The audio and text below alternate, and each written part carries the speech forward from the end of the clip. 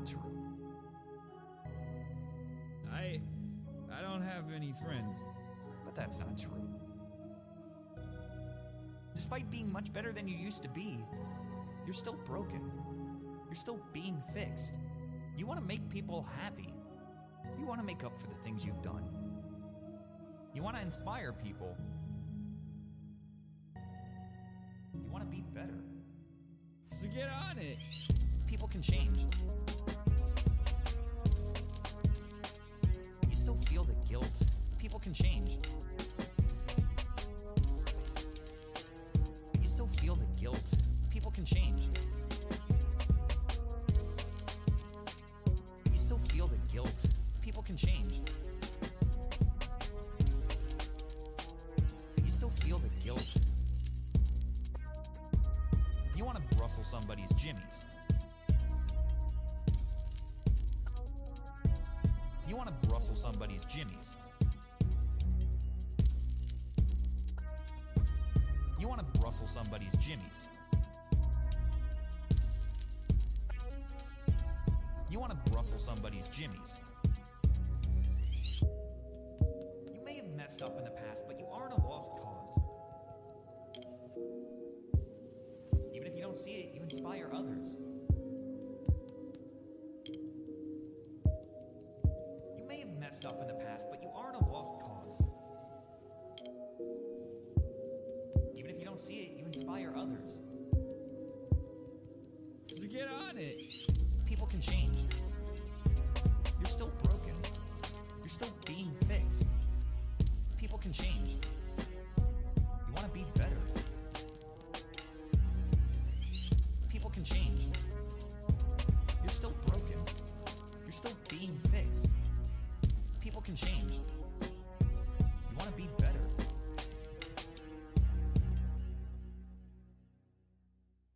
So get on it.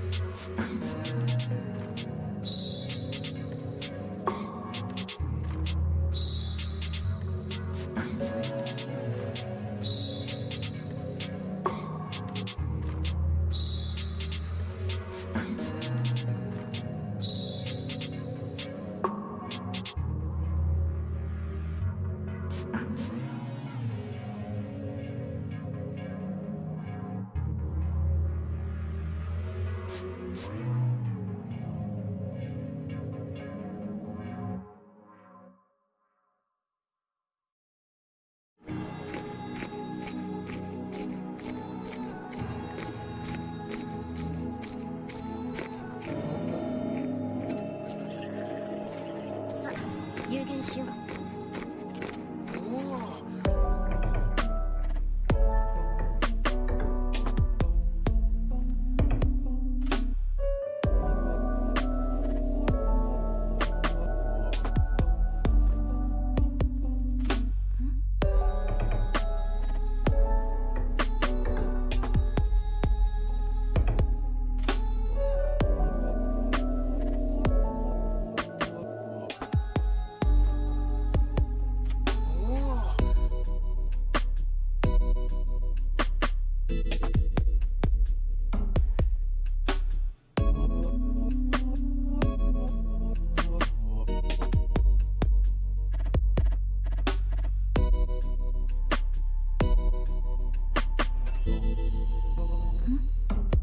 いただきます。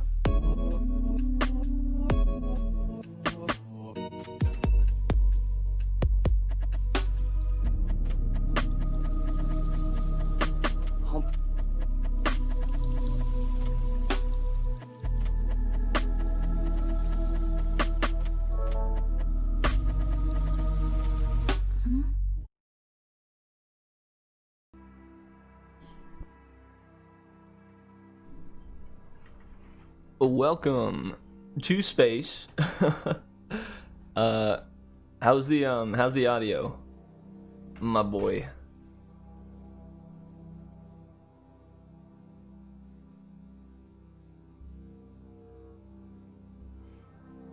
We are indeed in space this time.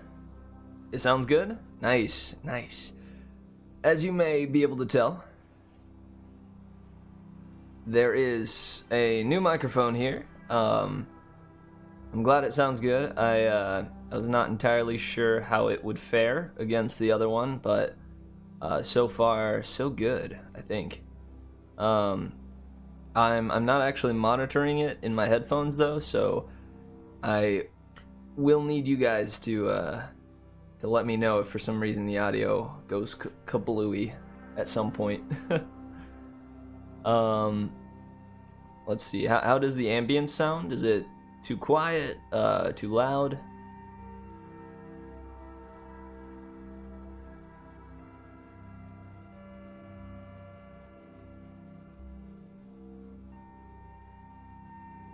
Make sure the camera's all good as well. But yeah, how do you like it? Welcome to Sci Fi Saturday. I have all new graphics that I put together here. As you can see, Snoopy found himself in a little space station, so figured it would be good for me to do it as well.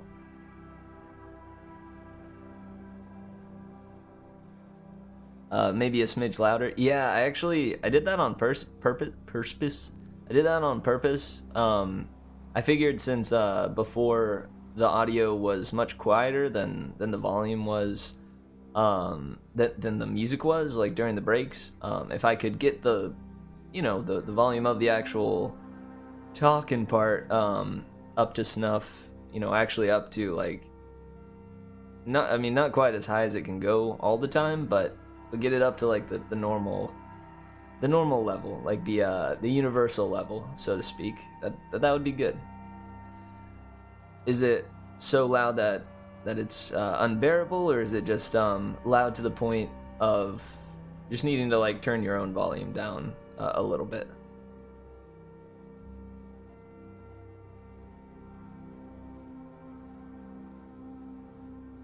Because if it's the latter, then I think I have accomplished what I had set out to do.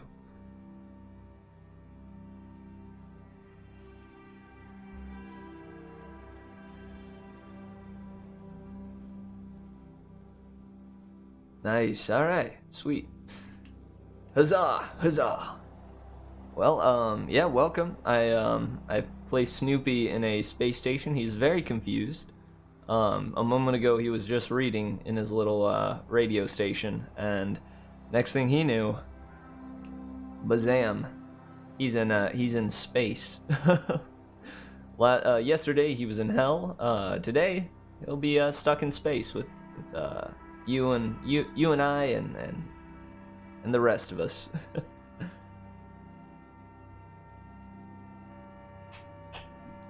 Where's his book? He's looking for it right now. I think he has no clue, A, where he is, B, how he got there, and C, where his book wound up. I think I do though have. Yeah, I do have him still, like, with his book though. In case he really needs to get back, I can. We do have teleportation abilities here on the ship. So worry not. I can help him find his book if need be. But I think I will have him be in space for the moment at least. Oh, and check this out. Snoopy, you going for a ride, buddy? Look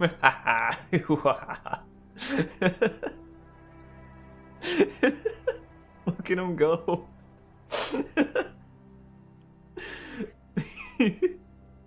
I'm sorry. Look at that little goober. Blasting off again.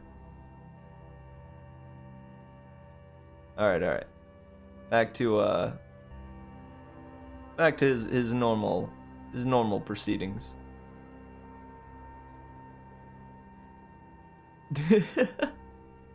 Don't worry. He's only in the ship for a little while. I do feel a little bit bad because I didn't have him go through any of the astronaut training. I just kind of threw him in the ship and patted him on the head and said good luck. So I mean, I hope he won't die, and I think he'll be all right. So long as Snoopy, you brought the space provisions, right? The space food, the astronaut food. Oh no! I think he's shaking his head no. That's not good. We might be here in space without provisions, but hey, you know, we're gonna spend our last moments here in space reading some stories for you guys. And for me, and for Snoopy. Well, I may want to give a little more time. I don't know if anyone else is planning on popping in. Maybe they'll show up a little later, though. Today lined up, we have some pretty darn good sci-fi short stories, if I do say so myself. They seem promising at the very least, and they're from a couple of our favorites. You know, some names that we saw and heard from last Saturday as well. We have The 9 Billion Names of God by Arthur C. Clarke. We have There Will Come Soft Rains by Ray Bradbury. There's also Super Toys Last All Summer Long by Brian Aldiss. That name will be new to us. I did want to at least throw in one new name. But I mean, we also have The Feeling of Power by Isaac Asimov. It's hard to it's hard to get away from these guys. They wrote some very, very good literature when it comes to sci-fi. They have quite the repertoire of short stories under their belts. So The Feeling of Power by Isaac Asimov, Super Toys Last All Summer Long, Brian Aldiss. There Will Come Soft Rains by Ray Bradbury. I'm excited for that one. The last Ray Bradbury short story we read was pretty darn good. I think that was Ald by Ray Bradbury, the one with the simulator for the kids that went awry. They brought in a psychiatrist to help them out, but he didn't do much to help.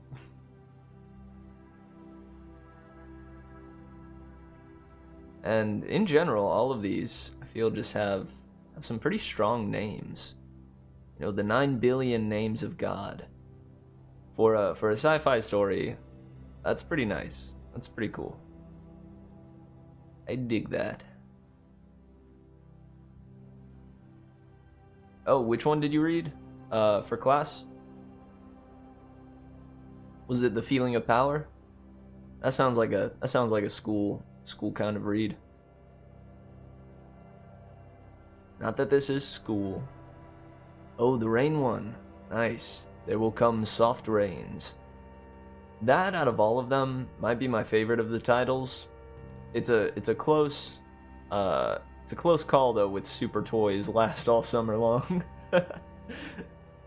That's a strong title.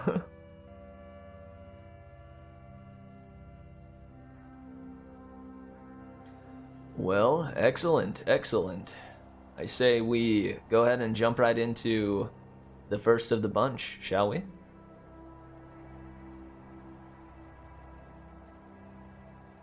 I think we'll start off with Arthur C. Clarke's The 9 Billion Names of God. What do you say?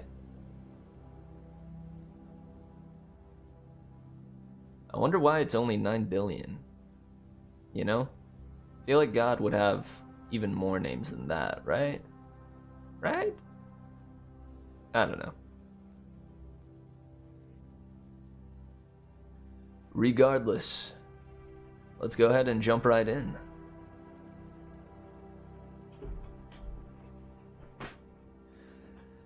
Ahem. The 9 Billion Names of God by Arthur C. Clarke. This is a slightly unusual request, said Dr. Wagner, with what he hoped was commendable restraint. As far as I know, it's the first time anyone's been asked to supply a Tibetan monastery with an automatic sequence computer.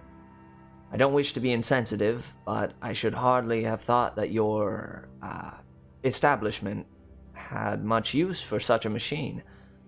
Could you explain just what you intend to do with it?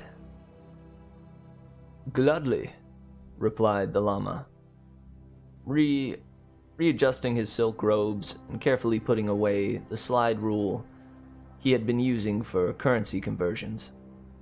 Your Mark V computer can carry out any routine mathematical operation involving up to 10 digits. However, for our work, we are interested in letter, not number, as we wish you to modify the output circuits. The machine will be printing words, not columns or figures. I don't quite understand. This is a project on which we have been working for the last 3 centuries. Since the Lamasery was founded, in fact. It is somewhat alien to your way of thought, so I hope you will listen with an open mind while I explain it. Naturally. It is really quite simple. We have been compiling a list which shall contain all the possible names of God. I beg your pardon? We have reason to believe, continued the Lama imperturbably, that all such names can be written with not more than 9 letters in the alphabet we have devised. And you have been doing this for 3 centuries? Yes. We expect it would take us about 15,000 years to complete this task. Oh. Dr. Wagner looked a little dazed. Now I see why you wanted to hire one of our machines. But exactly what is the purpose of this project? The Lama hesitated for a fraction of a second, and Wagner wondered if he had offended him. If so, there was no trace of annoyance in the reply. Call it ritual, if you like, but it's a fundamental part of our belief. All the many names of the Supreme Being, God, Jehovah, Allah, and so on, they are only man-made labels. There is a philosophical problem of some difficulty here, which I do not propose to discuss, but somewhere among all the possible combinations of letter, that can occur are what one may call the real names of God. By systematic permutation of letters, we have been trying to list them all. I see. You've been starting at AAAAAAA and working up to ZZZZZZZ. Exactly. Though we use a special alphabet of our own, modifying the electromatic typewriters to deal with this, of course. A rather more interesting problem is that of devising suitable circuits to eliminate ridiculous combinations. For example, no letter must occur more than 3 times in succession. 3? Surely you mean 2. 3 is correct. I'm afraid it would take too long to explain why, even if you understood our language. I'm sure it would, said Wagner hastily. Go on. Luckily, it will be a similar matter to adapt your automatic sequence computer for this work, since once it has been programmed properly, it will permute each letter in turn and print the result. What would have taken us 15,000 years, it will be able to do in 100 days. Dr. Wagner was scarcely conscious of the faint sound from the Manhattan streets far below. He was in a different world, a world of natural, not man-made mountains. High up in their remote eyries, these monks had been patiently at work, generation after generation, compiling their lists of meaningless words. Was there any limit to the follies of mankind? Still, he must give no hint of his inner thoughts. The customer was always right. There is no doubt, replied the doctor, that we can modify the Mark V to print lists of this nature. I'm much more worried about the problem of installation and maintenance. Getting out to Tibet in these days is not going to be easy. We can arrange that. The components are small enough to travel by air. That is one reason why we chose your machine. If you can get them to India, we will provide transport from there. And you want to hire 2 of our engineers? Yes, for the 3 months that the project should occupy. I've no doubt that personnel can manage that. Dr. Wagner scribbled a note on his desk pad. There are just 2 other points. Before he could finish the sentence, the Lama had produced a small slip of paper. This is my certified credit balance at the Asiatic Bank. Thank you. It appears to be, adequate. The second matter is so trivial that I hesitate to mention it, but it's surprising how often the obvious gets overlooked. What source of electrical energy have you? A diesel generator providing 50 kilowatts at 110 volt. It was installed about 5 years ago and is quite reliable. It's made life at the Lamasery much more comfortable. But of course, it was really installed to provide power for the motors driving the prayer wheels. Of course, echoed Dr. Wagner. I should have thought of that. The view from the parapet was vertiginous. But in time, one gets used to anything.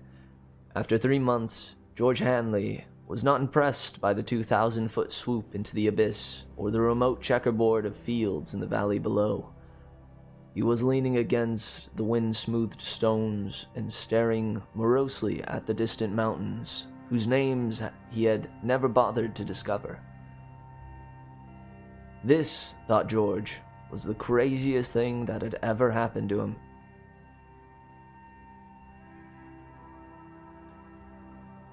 Project Shangri-La, some wit back at the labs had christened it. For weeks now, the Mark V had been churning out acres of sheets covered with gibberish. Patiently, inexorably, the computer had been rearranging letters in all their possible combinations, exhausting each class before going on to the next. As the sheets had emerged from the electromatic typewriters, the monks had carefully cut them up and pasted them into enormous books. In another week, heaven be praised, they would have finished. Just what obscure calculations had convinced the monks that they needn't bother to go on to words of 10, 20, or 100 letters, George didn't know. One of his reoccurring nightmares was that there would be some change of plan, and that the High Lama, who they'd naturally called Samjaf, though he didn't look a bit like him, would suddenly announce that the project would be extended to approximately AD 2060. They were quite capable of it. George heard the heavy wooden door slam in the wind as Chuck came out onto the parapet beside him. As usual, Chuck was smoking one of the cigars that made him so popular with the monks, who it seemed were quite willing to embrace all the minor and most of the major pleasures of life. That was one thing in their favor. They might be crazy, but they weren't blue noses. Those frequent trips they took down to the village, for instance. "Listen, George," said Chuck urgently. "I've learned something that means trouble." What's wrong? Isn't the machine behaving?" That was the worst contingency George could imagine. It might delay his return, and nothing could be more horrible. The way he felt now, even the sight of a TV commercial would seem like manna from heaven. At least it would be some link with home. "No, it's nothing like that." Chuck settled himself on the parapet, which was unusual because normally he was scared of the drop. "I've just found what all this is about." What do you mean? I thought we knew." Sure. We know what the monks are trying to do, but we don't know why. It's the craziest thing." "Tell me something new," growled George. "But old Sam's just come clean with me. You know the way he drops in every afternoon to watch the sheets roll out? Well, this time he seemed rather excited, or at least as near as he'll ever get to it. When I told him that we were on the last cycle, he asked me, in that cute English accent of his, if I'd ever wondered what they were trying to do. I said, sure, and he told me. Go on, I'll buy it. Well, they believe that when they have listed all his names, and they reckon that there are about 9 billion of them, God's purpose will be achieved. The human race will have finished what it was created to do, and there won't be any point in carrying on. Indeed, the very idea is something like blasphemy. Then, what do they expect us to do? Commit suicide? There's no need for that. When the list's completed, God steps in and simply winds things up. Bingo. Oh, I get it. When we finish our job, it will be the end of the world.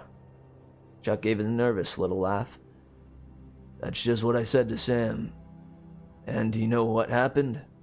He looked at me in a very queer way, like I had been stupid in class, and said, "It's nothing as trivial as that." George thought this over a moment. That's what I call taking the wide view, he said presently. But what do you suppose we should do about it? I don't see that it makes the slightest difference to us. After all, we already knew that they were crazy. Yes, but don't you see what may happen? when the list's complete and the last trump doesn't blow, or whatever it is they expect, we may get the blame. It's our machine they've been using. I don't like the situation one little bit." "I see," said George slowly. "You've got a point there. But this sort of thing happens before, you know? When I was a kid down in Louisiana, we had a crackpot preacher who once said the world was going to end next Sunday. Hundreds of people believed him, even sold their homes. Yet when nothing happened, they didn't turn nasty as you expect. They just decided that he'd made a mistake in his calculations and went right on believing. I guess some of them still do." "Well, this isn't Louisiana, in case you hadn't noticed. There are just 2 of us and 100 of these monks. I like them, and I'll be sorry for old Sam when his life work backfires on him, but all the same, I wish I was somewhere else." "I've been wishing that for weeks. But there's nothing we can do until contract's finished and the transport arrives to fly us out." "Of course," said Chuck thoughtfully. "We could always try a bit of sabotage." "Like hell we could. That would make things worse." "Not the way I meant. Look at it like this. The machine will finish its run 4 days from now, on the present 20-hour-a-day basis. The transport calls in a week. Okay. Then, all we need to do is find something that needs replacing during one of the overhaul periods.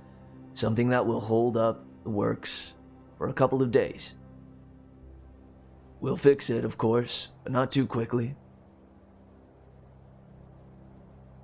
If we time matters properly, we can be down at the airfield when the last name pops out of the register. They won't be able to catch us then." "I don't like it," said George. "It will be the first time I ever walked out on a job. Besides, it would make them suspicious. No, I'll sit tight and take what comes." "I still don't like it," he said 7 days later, as the tough little mountain ponies carried them down the winding road. "Don't you think I'm running away because I'm afraid? I'm just sorry for those poor old guys up there. I don't want to be around when they find what suckers they've been.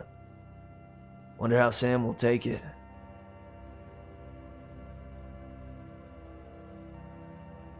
Oh, sorry. "I still don't like it," he said 7 days later as the tough little mountain ponies carried them down the winding road. "I don't think I'm running away because I'm afraid.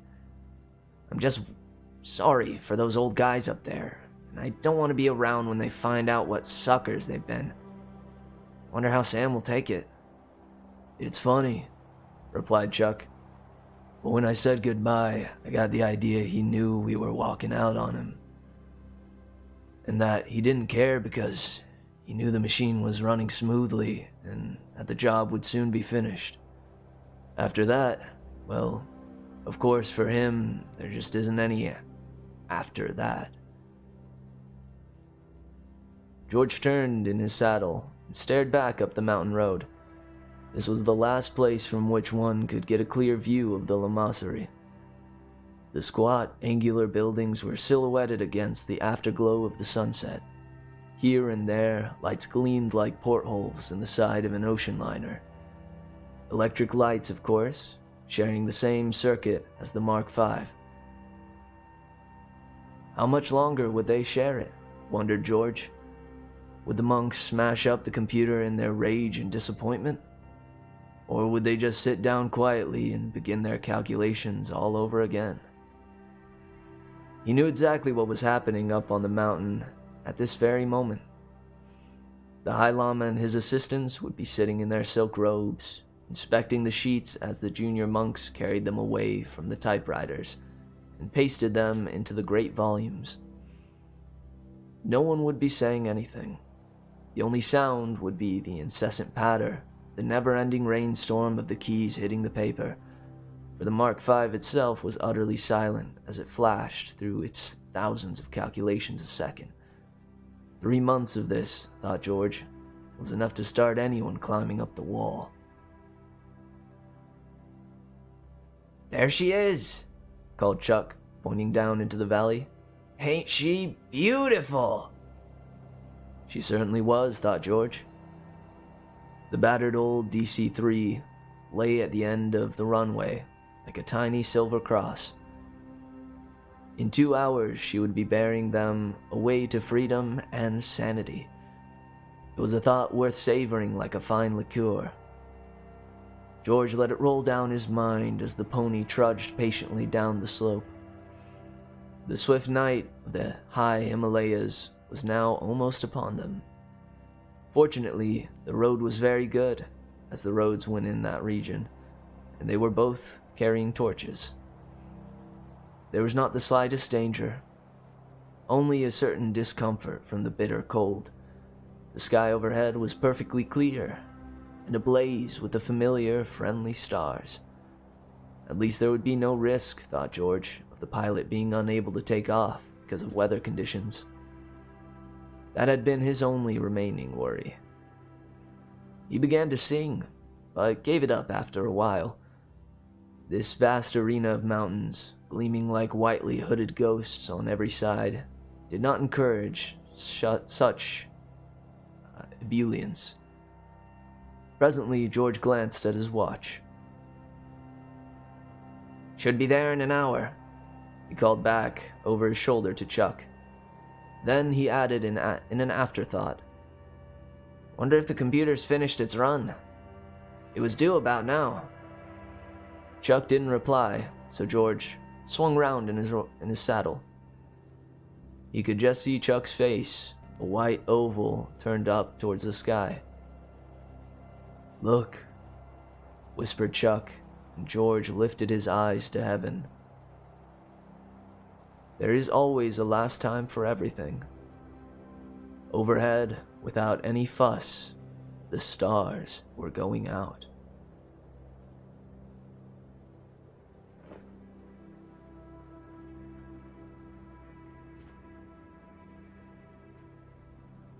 Whew. Okay, the stars are still there, guys. Don't worry. Man, well, that was interesting. The 9 billion names of God. Turned out the monks were right. I remember seeing a meme recently that said, when we made the switch to the Gregorian calendar, apparently we were some odd years off. So technically, this is the year 2012. And then, below it was this guy going like, as in, maybe the monk was right after all, and this truly is the end year. And monks are always right, aren't they? Or at least they're usually right.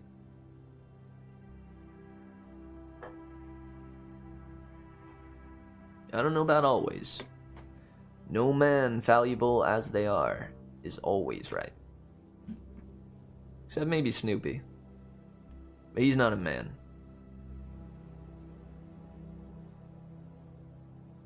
Yeah, that's right. You're not a man. That's just the way it is. Don't give me that sass. That's it.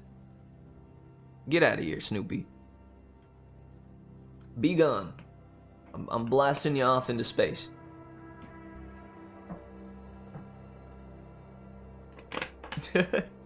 Yeah, I think I actually saw it in the server, in the Patrick server. Sorry, Snoops. Time to blast off. Blast off. Nice. I also I want to apologize slightly. I went into the llama's voice, and it kind of just turned into Russian pretty quick, and I realized pretty soon after this is definitely an Indian man. But I don't know. I'm not super confident with my Indian voice. Let me see if I can. I'll try to read one of the lines in the voice that I would have given him. Your Mark V computer. Shit.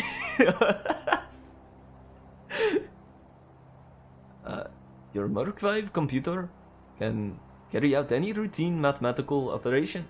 You see, it just goes right back to Russian. Let Snoopster perish. I mean, I won't let him perish, but I will. I'll bring him back onto the ship.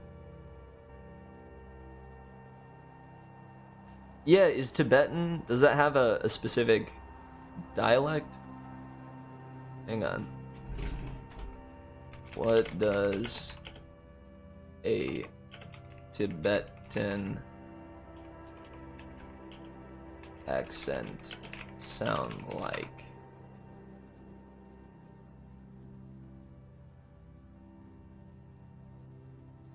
Is it close to Mongolian? Hi, this is Ergla here. And have you guys ever wondered what Mongolian accent sounds like when they're speaking in English? Well, I'm gonna be making that video for you today, and I hope you guys enjoyed the video. And just a little disclaimer is that I don't have 100% authentic Mongolian accent because it's because I didn't learn English when I was in Mongolia. So I hope you guys enjoyed the video. And I'm just gonna be reading a report from a movie I watched yesterday, which I hope you guys enjoy. The astronauts William Chu, Rosa Dask, Dr. Daniel Luxemburg, Dr. Katay Petrovna, Andrei Bloch, and James Corrigan traveled to the moon of Jupiter, known as Europa, in the spacecraft Europa 1. Their assignment is to investigate the existence of life in Europa, based on the discovery of water in the moon. When they experience communication breakdown, Andrei and Corrigan need to go outside the spacecraft to repair it. Yeah, no doubt about it. Yeah, reading it over again, if I could give them that like Mongolian English accent, that'd be sick. But I think I would have rather have just gone with like a wise accent. Your Mark V computer can carry out any routine mathematical operation involving up to 10 digits. However, for our work, we are interested in letters, not numbers, as we wish you to modify the output circuits. Suka, please. All right. Regardless, sorry. Thanks for going on that little tangent with me. I can stand I don't know. I definitely is probably something I could do in my spare time that would be advantageous to me. Is look into and practice various accents that I'm not super familiar with. Like I'm fairly confident with my British, Australian, Irish, and Russian accents. And maybe French, maybe Spanish/Mexican, but there's so many more. There are so many more. Well, okay. That was a good one to start off. It was a light one. Had some interesting elements. It was a bit of a end of the world story, which I didn't expect that, but it had the tech, had the monks. It was pretty alright.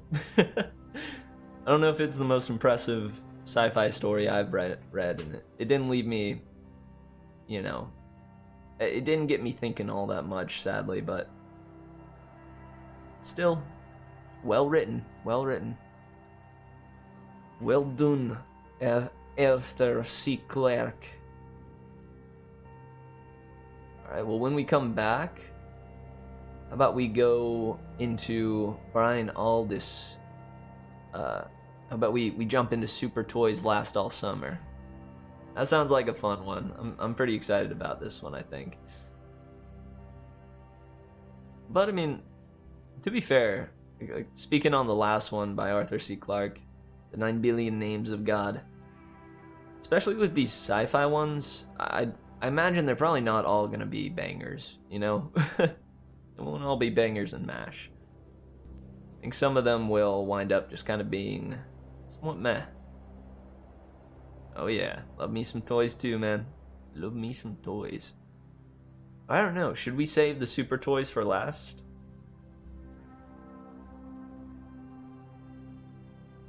Yeah, that actually may be the thing to do. I want to do The Feeling of Power next. Let's try that one. That one may have a little more of an impact. The one by Isaac Asimov. Alright, sweet. Well guys, I'm gonna go leave the spaceship and pee into outer space, watch it float away, and then come back, do a couple of like anti-gravity stretches, and then I will be back to read The Feeling of Power by Isaac Asimov. I encourage everybody to get up as well. If you happen to be in space, definitely do the peeing out into space thing. It's pretty cool. Just be wary that your dingling don't freeze off, or if you are a lady, your Vegeta. I encourage you to get up and stretch and get yourself some water, any snacks that you might desire, and nice. It's a good idea, man. Mars could use some water. I've heard it's a little dry. It's a little dry over there. I only visited the once, so it's been a while. Not entirely certain how it might be nowadays, but last time I was there, it was real dry. All right, cool beans. I love you guys bunches, and I suppose you are my space wildflowers now. Do you think there's actually vegetation somewhere out there on another planet? That'd be pretty sweet. Alright, go pee in the direction of Mars. I will pee in the direction of Mercury, I think. Yeah, I'm feeling Mercury today. And Snoopy and I will be back with you very shortly. Let's see, it's about 9:52 now, so I'll be back no later than 9:58. Sound good? I imagine the next story reading will start up at about 9 or at about 10. Cool. All right. Much love. I'm gonna warp out of here.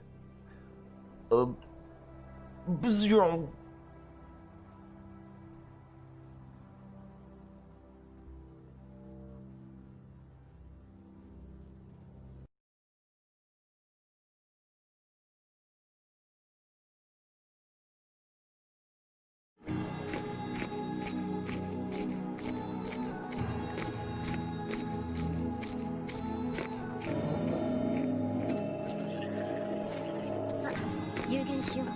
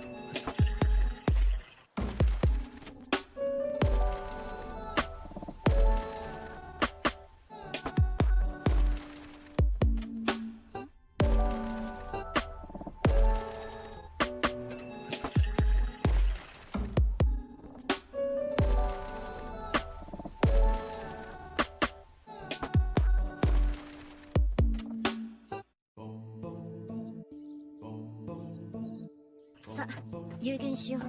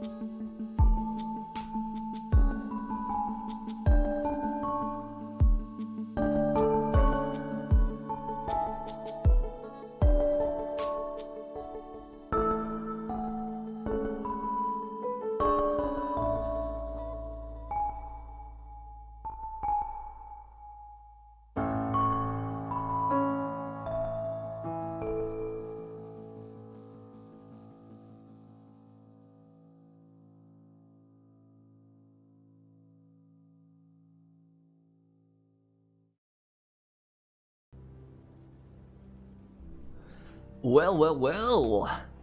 Welcome back, guys. I am here in space. I have taken this little journey up into the stars.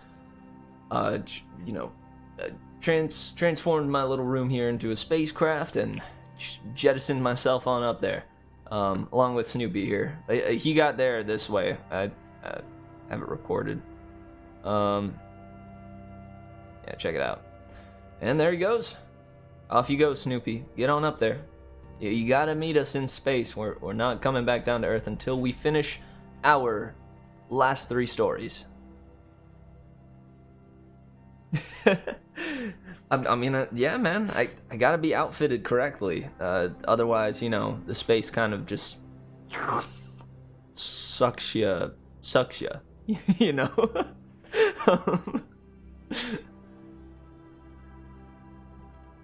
Little late getting back? Oh, yeah, I suppose. I wanted to let the song finish up. My bad. I promise though, I don't really ever go more than a minute or so past when I promise to be back. I will swear at least that much. Plus, I mean, I had to get like, you were, my bad. Sorry. No worries, dude, no worries. I too am late sometimes. I mean, the reason I was late, I had to put on like the big spacesuit, like the one with the big fishbowl dealio. get all that on, step out into space for a second, bring my little willy out to pee towards Mercury, and then I had Snoopy reel me back in, and heaven knows how much good he is. Thank you, Coleman. Yeah, well, we just finished up a relatively mundane story. It was good though. It was good. It was I think the moral of it was always listen to your monk. Or never doubt a monk. Next up, we're going to be reading The Feeling of Power by Isaac Asimov.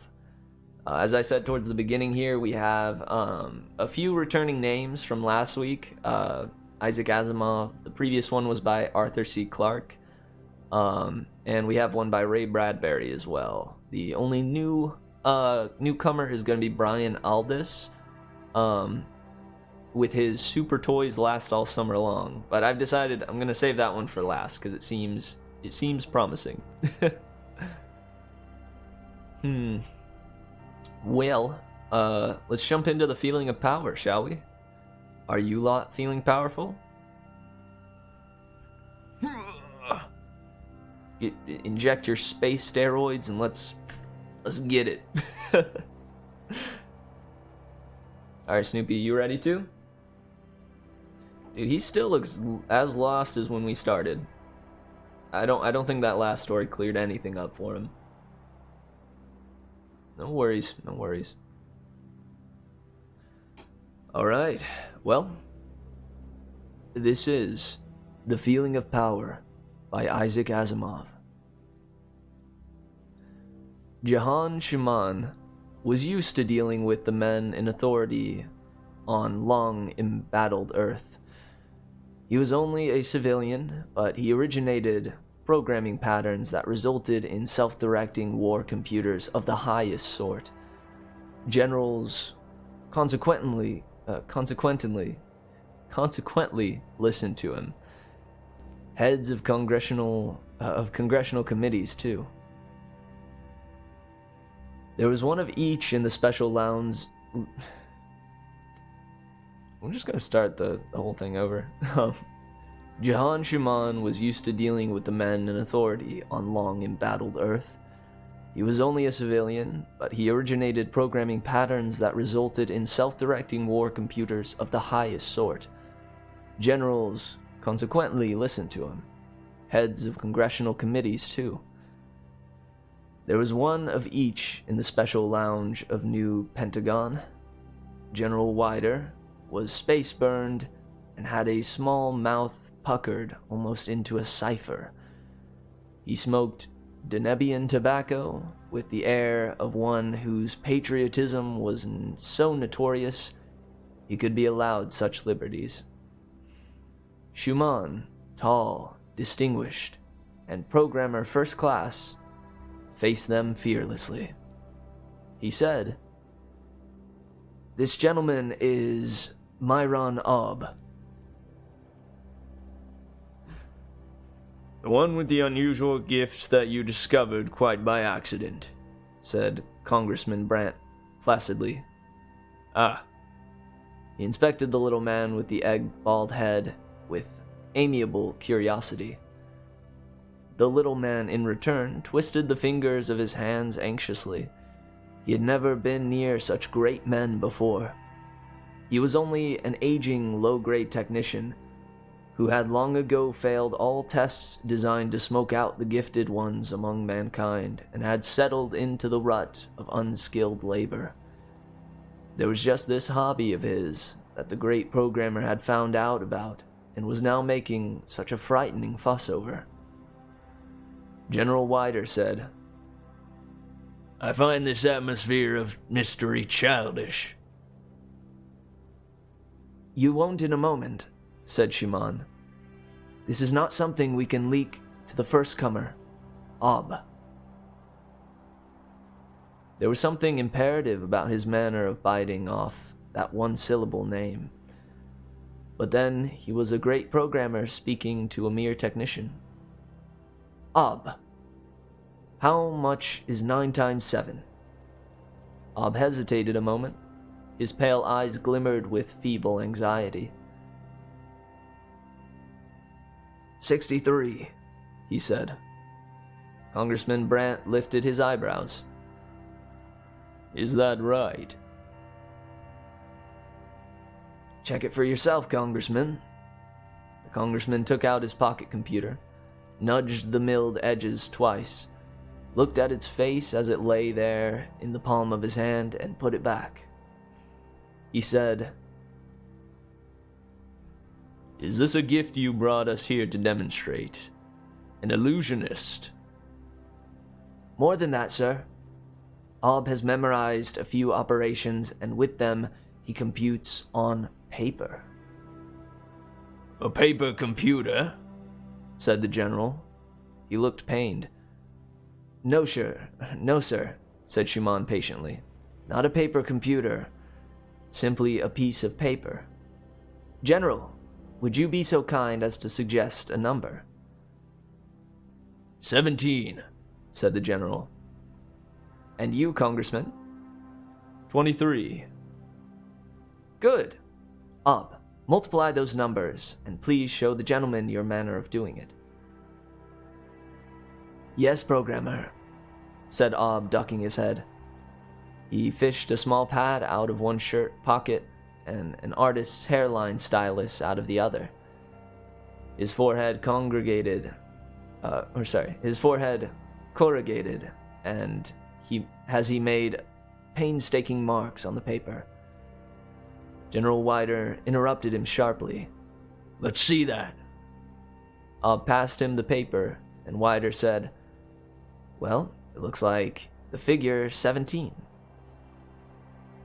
Congressman Brandt nodded and said, So it does. But I suppose any person can copy figures off a computer. I think I should make a passable 17 myself, even without practice. If you will let Ob continue, gentlemen, said Schumann without heat. Ob continued, his hand trembling a little. Finally, he said in a low voice, The answer is 391. Congressman Brandt took out his computer a second time and flicked it. By Godfrey, so it is. How did he guess? No, Congressman, he did not guess, said Schumann. He computed that result. He did it on a sheet of paper.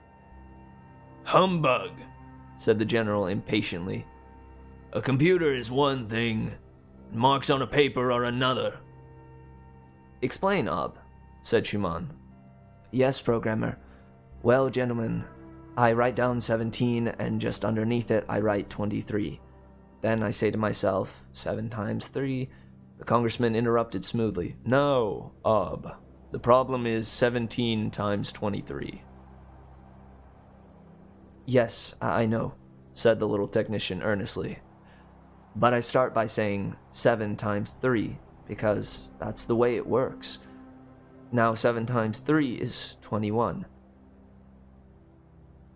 And how do you know that? Asked the congressman. I just remember it. It's always 21 on the computer. I've checked it any number of times. That doesn't mean it always will be, though, does it? Said the congressman. Maybe not, stammered Ob. But I'm not a mathematician. But I always get the right answers, you see? Go on. 7 times 3 is 21, so I write down 21. Then 1 times 3 is 3, so I write down 3 under the 2 of 21. Why under the 2? Asked Congressman Brandt at once. Because. Ob looked helplessly at his superior for support. It's difficult to explain. Schumann said, If you will accept his work for a moment, we can leave the details for the mathematicians. Brandt subsided. Ob said, 3 plus 2 makes 5, you see, so the 21 becomes a 51. Now you let that go for a while and start fresh. You multiply 7 and 2, that's 14, and 1 and 2, that's 2. Put them down like this, and it adds up to 34. Now, if you put the 34 under the 51 this way and add them, you get 391. And that's the answer. There was an instant silence, and the General Wider said, "I don't believe it.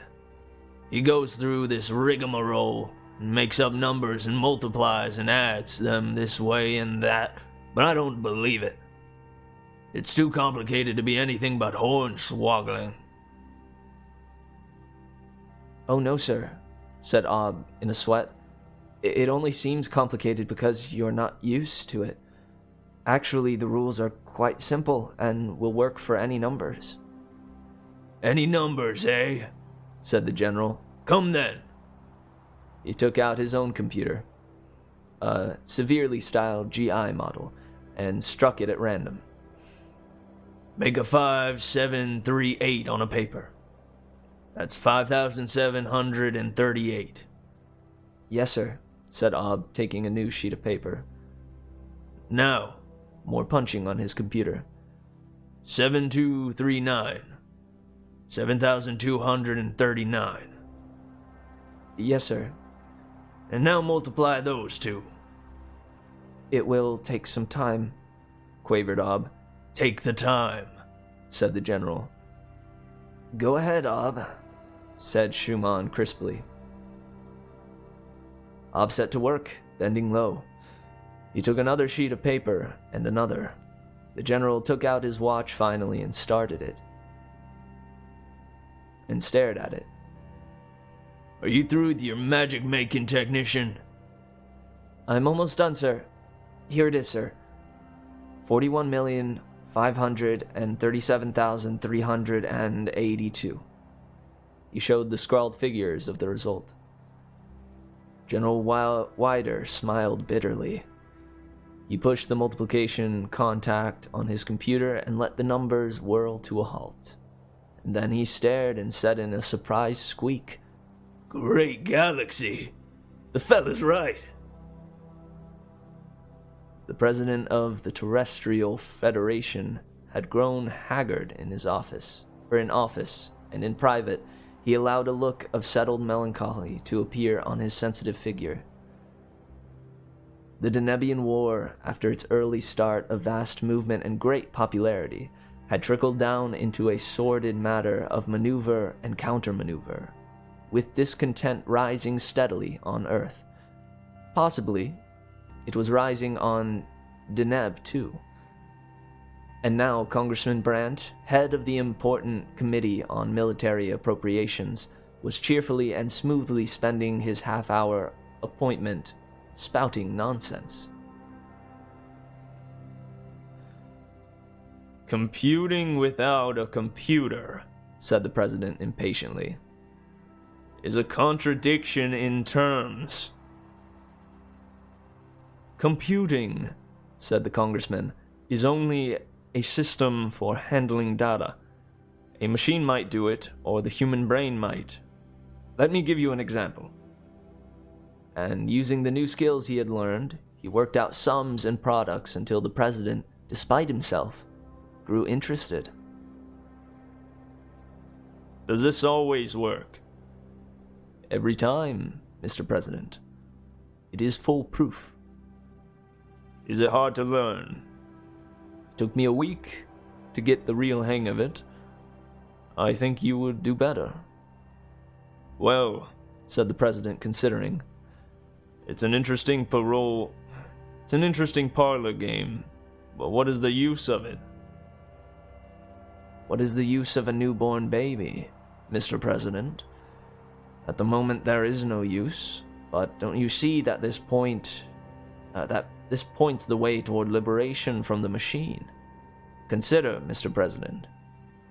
The congressman rose, and his deep voice automatically took on some of the cadences he used in public debate.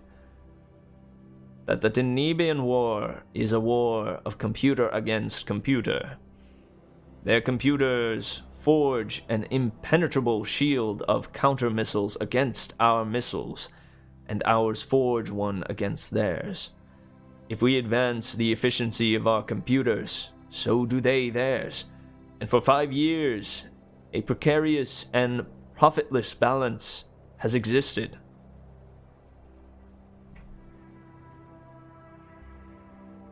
Now we have in our hands a method for going beyond the computed, leapfrogging it, passing through it. We will combine the mechanics of computation with human thought. We will have the equivalent of intelligent computers, billions of them. I can't predict what the consequences will be in detail, but they will be incalculable. And if Deneb beats us to the punch, they may be unimaginably catastrophic. The president said, troubled. What would you have me do? Put the power of the administration behind the establishment of a secret project on human computation. Call it Project Number, if you like. I can vouch for my committee, but I will need the administration behind me. But how far can human computation go? There is no limit, according to the programmer Schumann, who first introduced me to this discovery. I've heard of Schumann, of course. Yes, well, Dr. Schumann tells me that in theory there is nothing the computer can do that the human mind cannot. The computer merely takes a finite amount of data and performs a finite amount of operations on them. The human mind can duplicate the process. The president considered that. He said, if Schumann says this, I am inclined to believe him. In theory. But in practice, how can anyone know how the computer works? Brent laughed genially. Well, Mr. President, I asked the same questions. It seems that at one time computers were designed directly by human beings. Those were simple computers, of course, this being before the time of the rational use of computers to design more advanced computers. This being before the time the rational use of computers to design more advanced computers had been established. Yes, go on. Technician Ob apparently had, as his hobby, the reconstruction of some of these ancient devices, and in so doing he studied the details of their workings and found he could imitate them. The multiplication I just performed for you is an imitation of the workings of a computer. Amazing! The congressman coughed gently. If I may make another point, Mr. President, the further we can develop this thing, the more we can divert our federal effort from computer production and computer maintenance. As the human brain takes over, more of our energy can be directed into peacetime pursuits, and the impingement of war on the ordinary man will be less. This will be most advantageous for the party in power, of course. Ah, said the president, I see your point. Well, sit down, Congressman, sit down. I want some time to think about this. But meanwhile, show me that multiplication trick again. Let's see if I can catch the point of it. Programmer Schumann did not try to hurry matters. Lozers was conservative, very conservative, and liked to deal with computers as his father and grandfather had.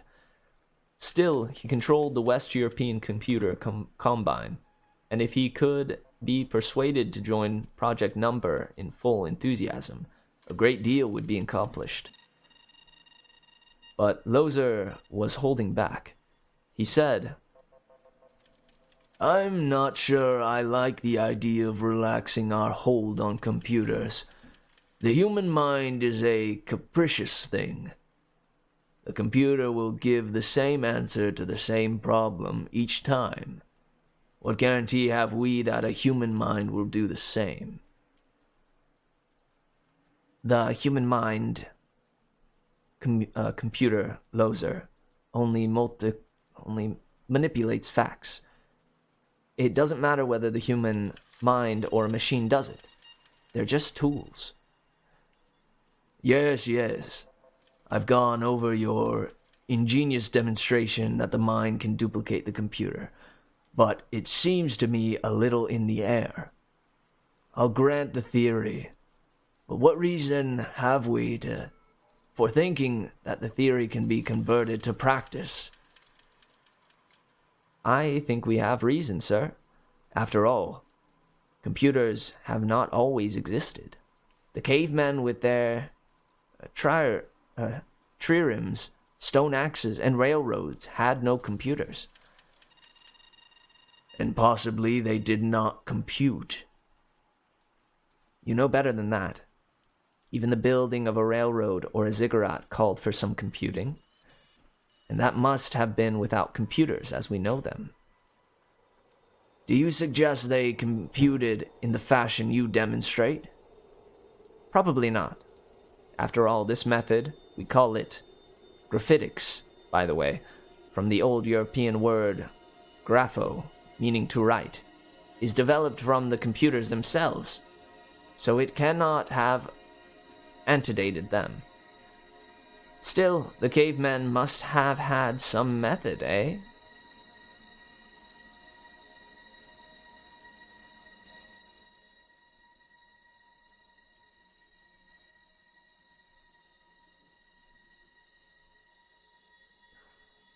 Lost arts. If you're going to talk about lost arts... No. I'm not a lost art enthusiast, though I don't say there may not be some. After all, man was eating grain before hydroponics, and if the primitives ate grain, they must have grown it in soil. What else could they have done? I don't know. But I'll believe in soil growing when I see someone grow grain in soil. And I'll believe in making fire by rubbing two pieces of flint together when I see that too. Schumann grew placative. Well, let's stick to graphitics. It's just part of the process of etherealization. Transportation by means of bulky contrivances is giving way to mass transference. Communications devices become less massive and more efficient constantly. For that matter, compare your pocket computer with the massive jobs of 1,000 years ago. Why not, then, the last step of doing away with computers altogether? Come, sir, Project Number is a going concern. Progress is already headlong, but we want your help. If patriotism doesn't move you, consider the intellectual adventure involved. Loser said skeptically, What progress? What can you do beyond multiplication? Can you integrate a transcendental function? In time, sir. In time. In the last month, I have learned to handle division. I can determine, and correctly, integral quotations and decimal quotations. Decimal quotations? To how many places? Programmer Schumann tried to keep his tone casual. Any number. Loser's jaw dropped. Without a computer. Set me a problem. Divide 27 by 13. Take it to 6 places. 5 minutes later, Schumann said, 2.076923. Loser checked it. Well now, that's amazing. Multiplication didn't impress me too much because it involves integers after all, and I thought trick manipulation might do it. But decimals. And that's not all. There is a new development that is so far top secret, and which, strictly speaking, I ought not to mention. Still, we may have made a breakthrough on the square root front. Square roots. It involves some tricky points, and we haven't licked the bugs yet. But Technician Ob, the man who invented the science, and who has amazing intuition in connection with it, maintains he has the problem almost solved. And he is only a technician. A man like yourself, a trained and talented mathematician, ought to have no difficulty. Square roots, muttered Lozer, attracted. Cube roots, too. Are you with us? Lozer's hand thrust out suddenly. Count me in. General Wider stumped his way back and forth at the head of the room and addressed his listeners after the fashion of a savage teacher. Facing a group of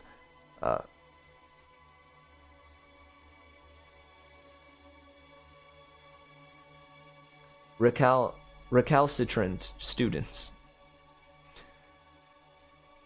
It made no difference to the general that they were the civilian scientists heading Project Number.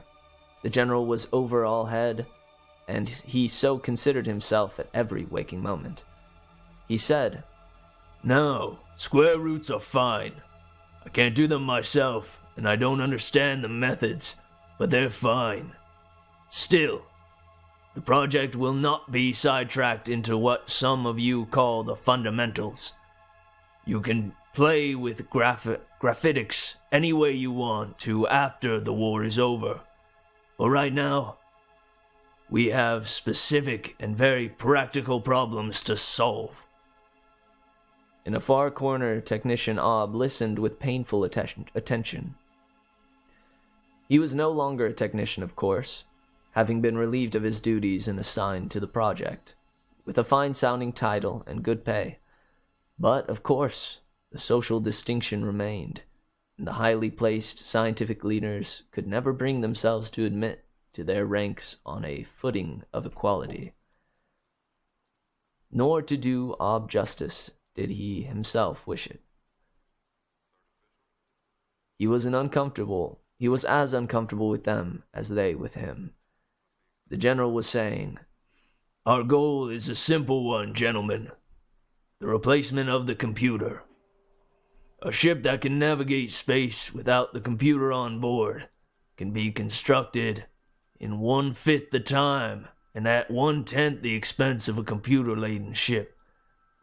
We could build fleets 5 times, 10 times, as 5 times, 10 times as great as Deneb could if we could but eliminate the computer.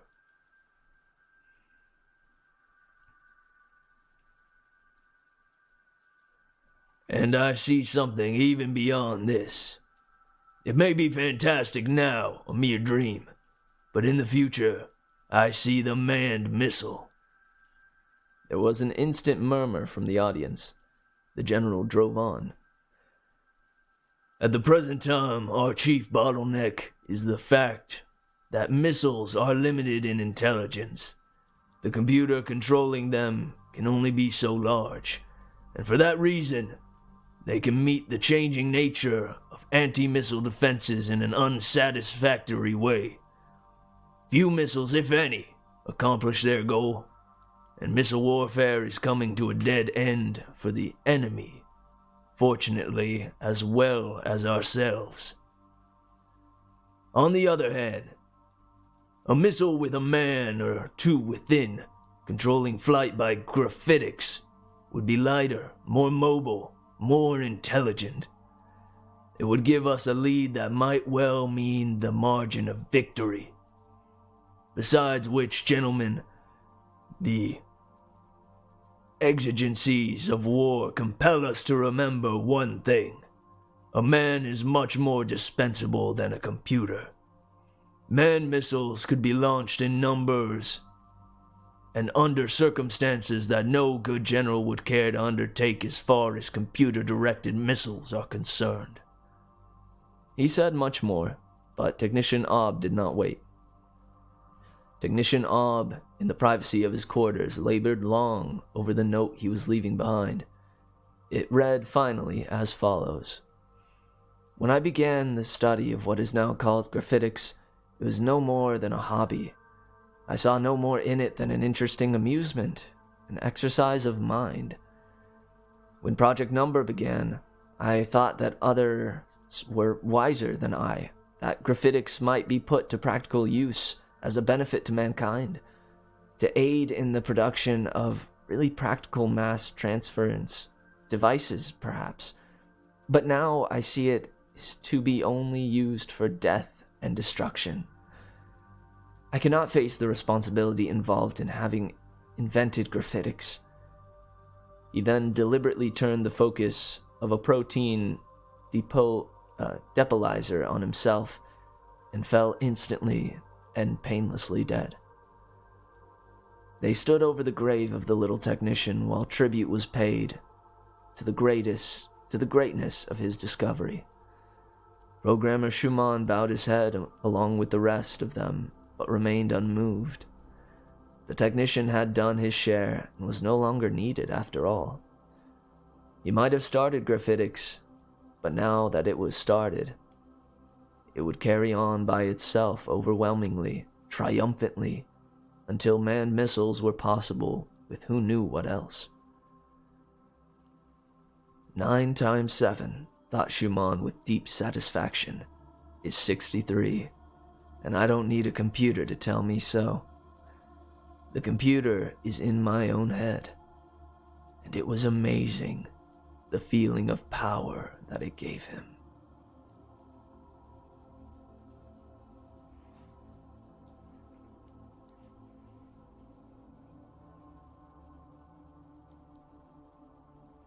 Power, baby. Power.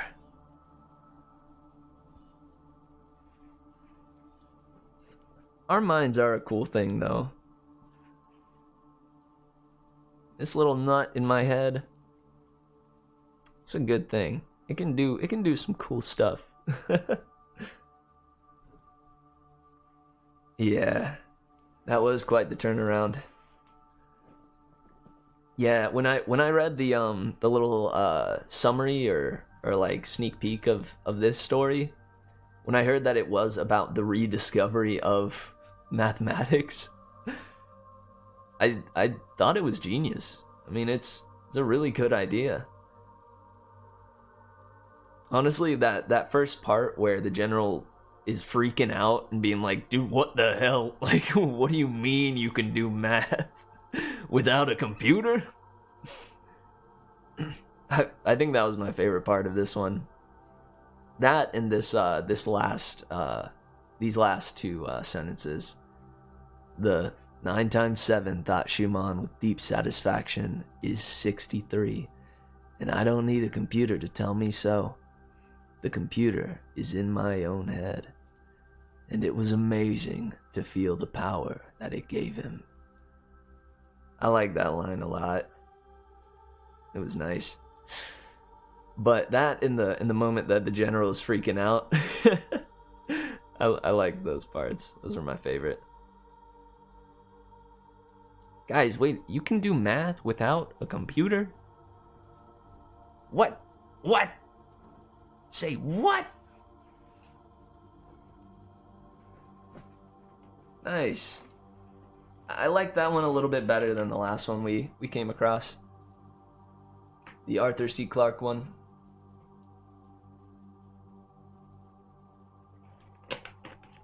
Was Isaac the one that did the last question?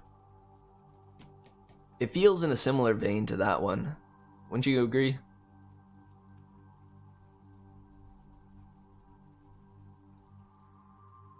I don't know, it sounded similar to me.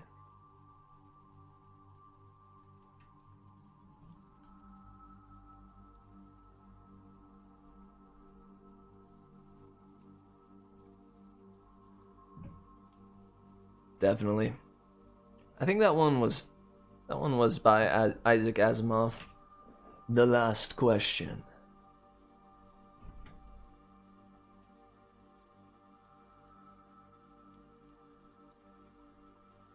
I like voices like the general's too.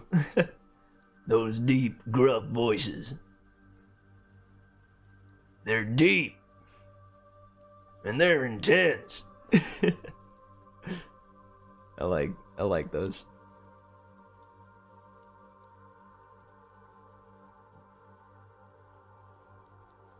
last question. Yeah, the last question was by Isaac. I thought as much. Yeah, this guy's got a way of turning things around on us. And I mean, he's got a pretty good sense of what could happen with technology, you know? This was another kind of like Black Mirror-esque message where there were a couple things in this one, right? There, like the idea of the rediscovery of something forgotten to society, how that could how that at first would be like a very exciting thing, because it would appear new, but then it plops on top of that the idea that anything that is new, that is discovered, that has potential and power, can very quickly be turned into something that would be used for war.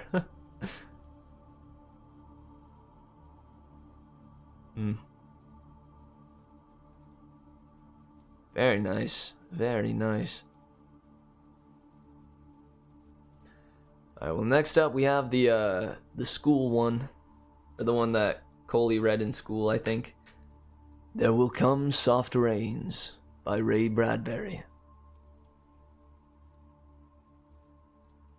I just love that title. There Will Come Soft Rains. Got a nice ring to it. I'm excited for that one. But Isaac Asimov, man. That guy, he's a bit of a legend in the sci-fi short story community. Also, dude, what the heck? Poor Ob. What the heck? Dude, poor Ob. Sorry, it just occurred to, I mean, like, reading that last sentence, I think, put me in the mindset for a second of freaking Schumann, who could care less that his buddy Ob went and killed himself. Dude, poor Ob. Can we have a moment of silence for poor Ob? Hang on.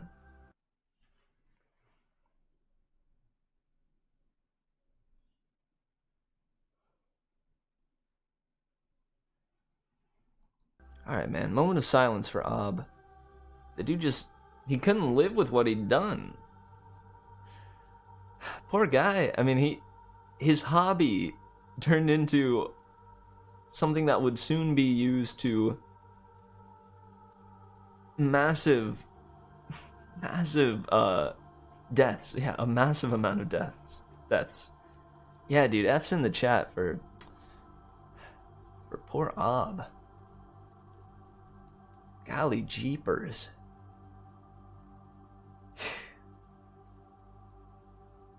Do you think we will get there one day? Where we forget that we have the ability in our brains to do mathematics?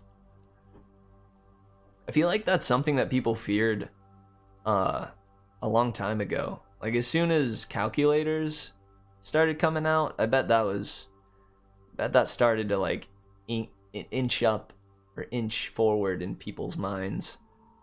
You know, shoot, now that we have these little devices that do it all for us, you know, how long will it take till we just forget that we can actually do it with pen and paper?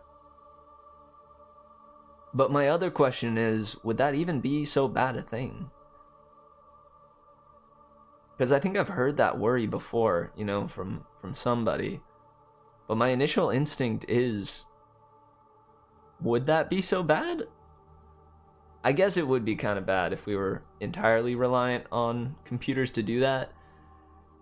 Because if, you know, that whole disaster scenario, if the power in all the universe shuts off or something, we lose all computers, then what do we do?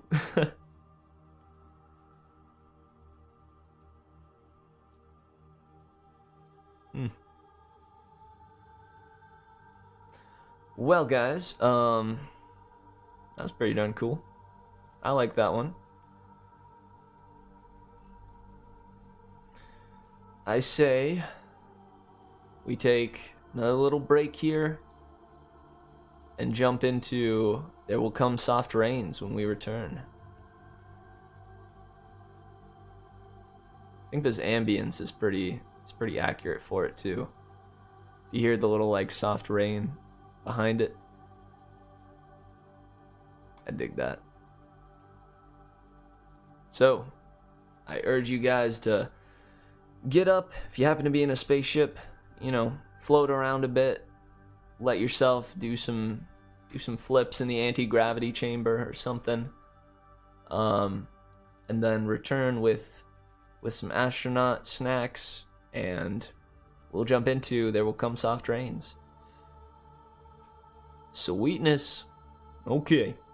I love you guys bunches, and I'll be seeing you very soon, my wildflowers.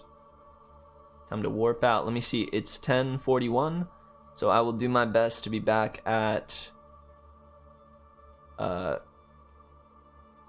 Speaking of math. Shoot. I'll be back no later than 10:47, I believe. Alright, much love. Time to warp out. Beep.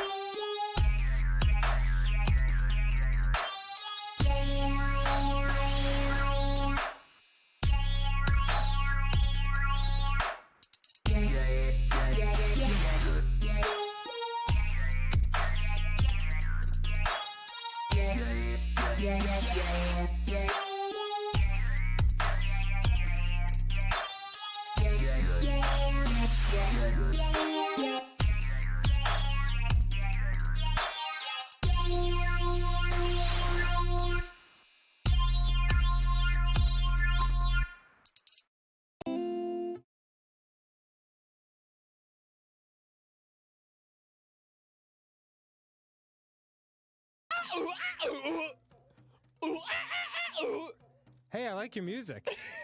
This is some of my music. Hey, when's the next song come on? This is the only song. Endless loop, man. Gramps. Just like that, my depression is all gone. Wow, if it were only that easy.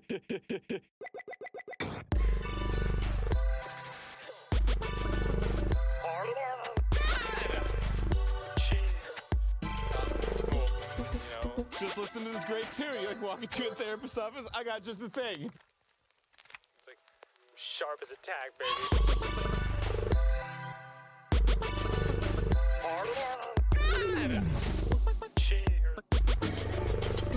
That'll be $400. What? Oh. Sweet butt sex. Yeah! What a hot beat! My depression is gone! I suddenly wanted to dance like crazy. I'm feeling crazy right now. I'm Daronia! Oh boy.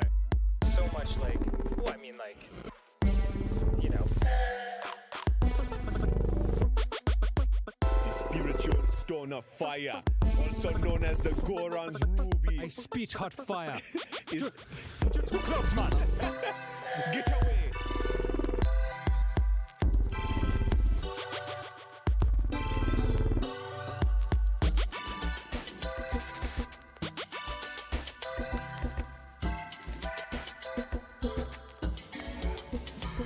Oh wow. Oh cool. So you're stronger now. It's a chocolate bracelet. Just peel the gold off. Oh, that's it, really? That's it. Shrug it.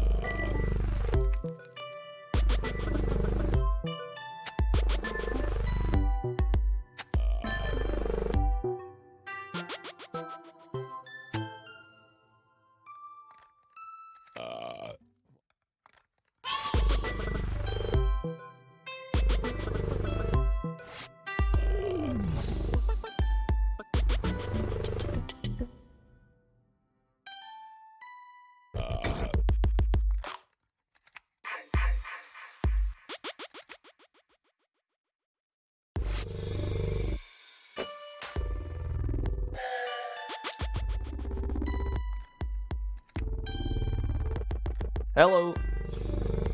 I'm back. Welcome.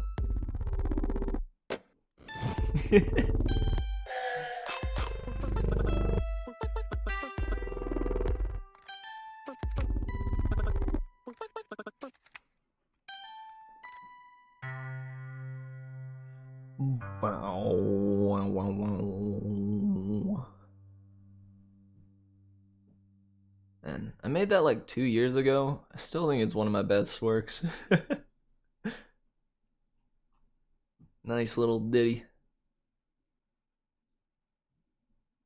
Well, how's everybody doing? How we feeling?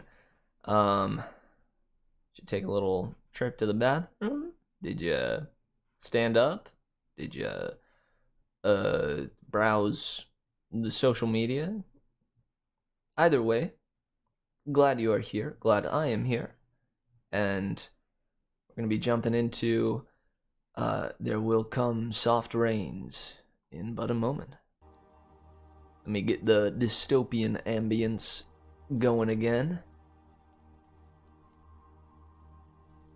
Thank you, Coleman. Welcome back to you too, sir. Yeah, this is some good ambience.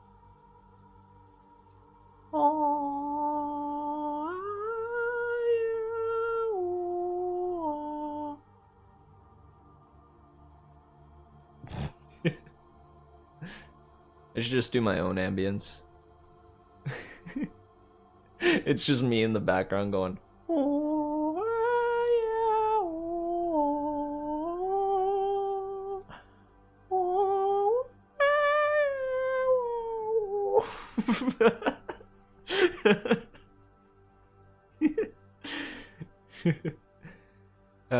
That would be silly. That would be goofy. Well, anyways, are we back? Are we ready? We ready for There Will Come Soft Rains? Are you ready for the soft rains?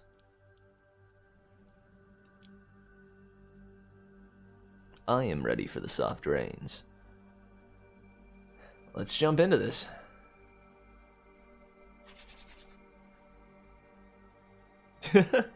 Yeah, I'm like a what is it, Gregorian throat singer or something. I have that. I have the going, but I also still read somehow. That would be impressive. If I could do that, I think I'd actually become a famous voice actor. Okay.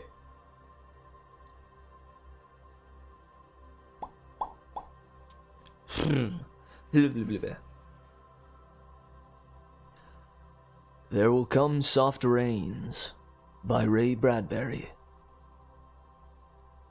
In the living room, the voice clock sang, "Tick-tock, 7 o'clock, time to get up, 7 o'clock," as if it were afraid that nobody would.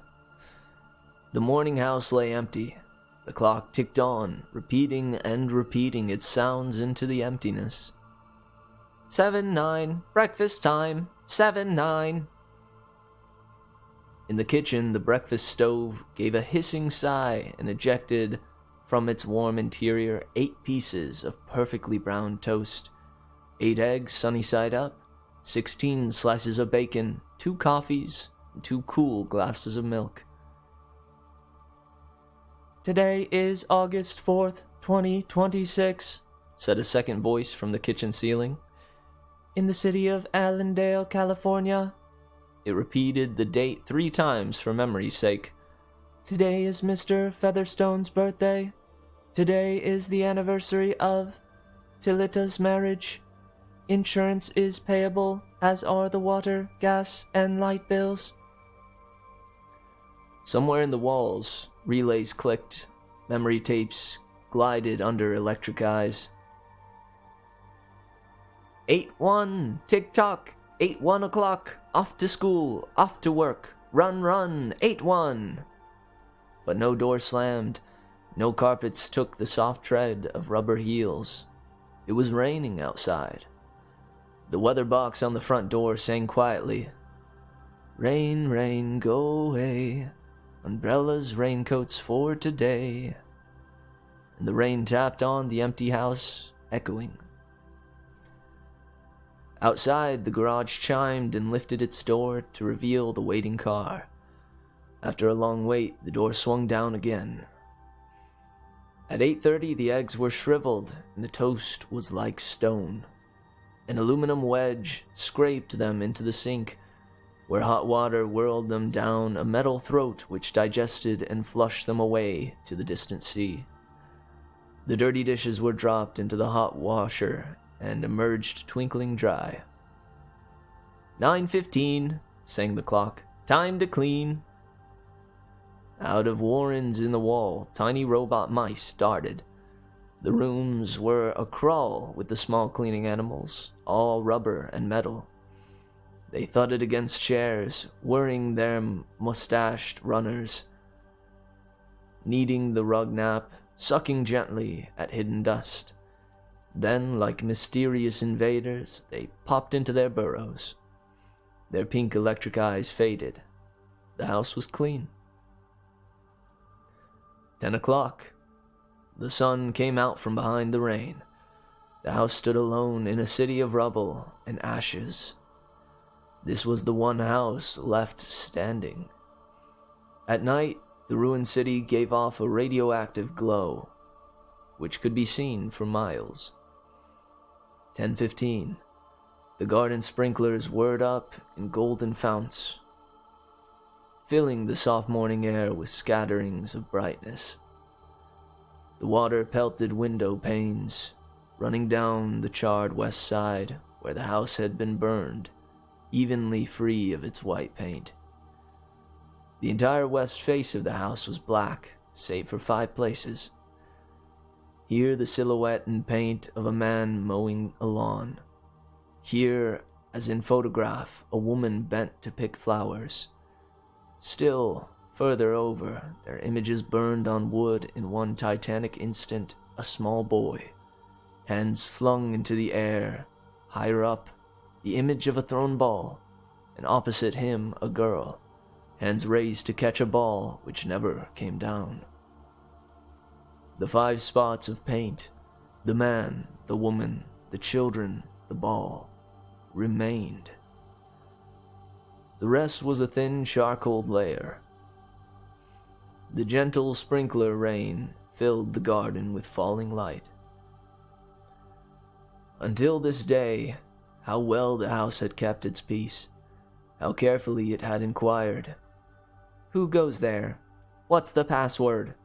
And getting no answer from lonely foxes and whining cats, it had shut up its windows and drawn shades in an old maidenly preoccupation with self-protection which bordered on a mechanical paranoia.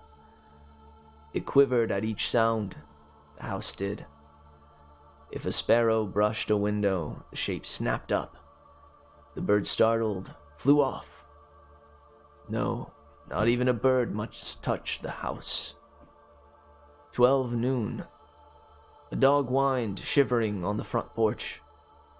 The front door recognized the dog voice and opened. The dog, once huge and fleshy, but now gone to bone, covered with sores, moved in through the house, tracking mud. Behind it whirred angry mice, angry to have to pick up mud, angry at inconvenience. For not a leaf fragment blew under the door, but what the wall panels flipped open and the copper scrap rats flashed swiftly out. The offending dust, hair, or paper, seized in miniature steel claws, was raced back to the burrows. There, down tubes, which fed into the cellar, it was dropped into the sighing vent of an incinerator which sat like evil ball in a dark corner. The dog ran upstairs, hysterically yelping to each other, to each door, at last realizing, as the house realized, that only silence was here.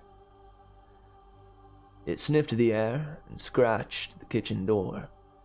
Behind the door, the stove was making pancakes, which filled the house with a rich baked odor and the scent of maple syrup.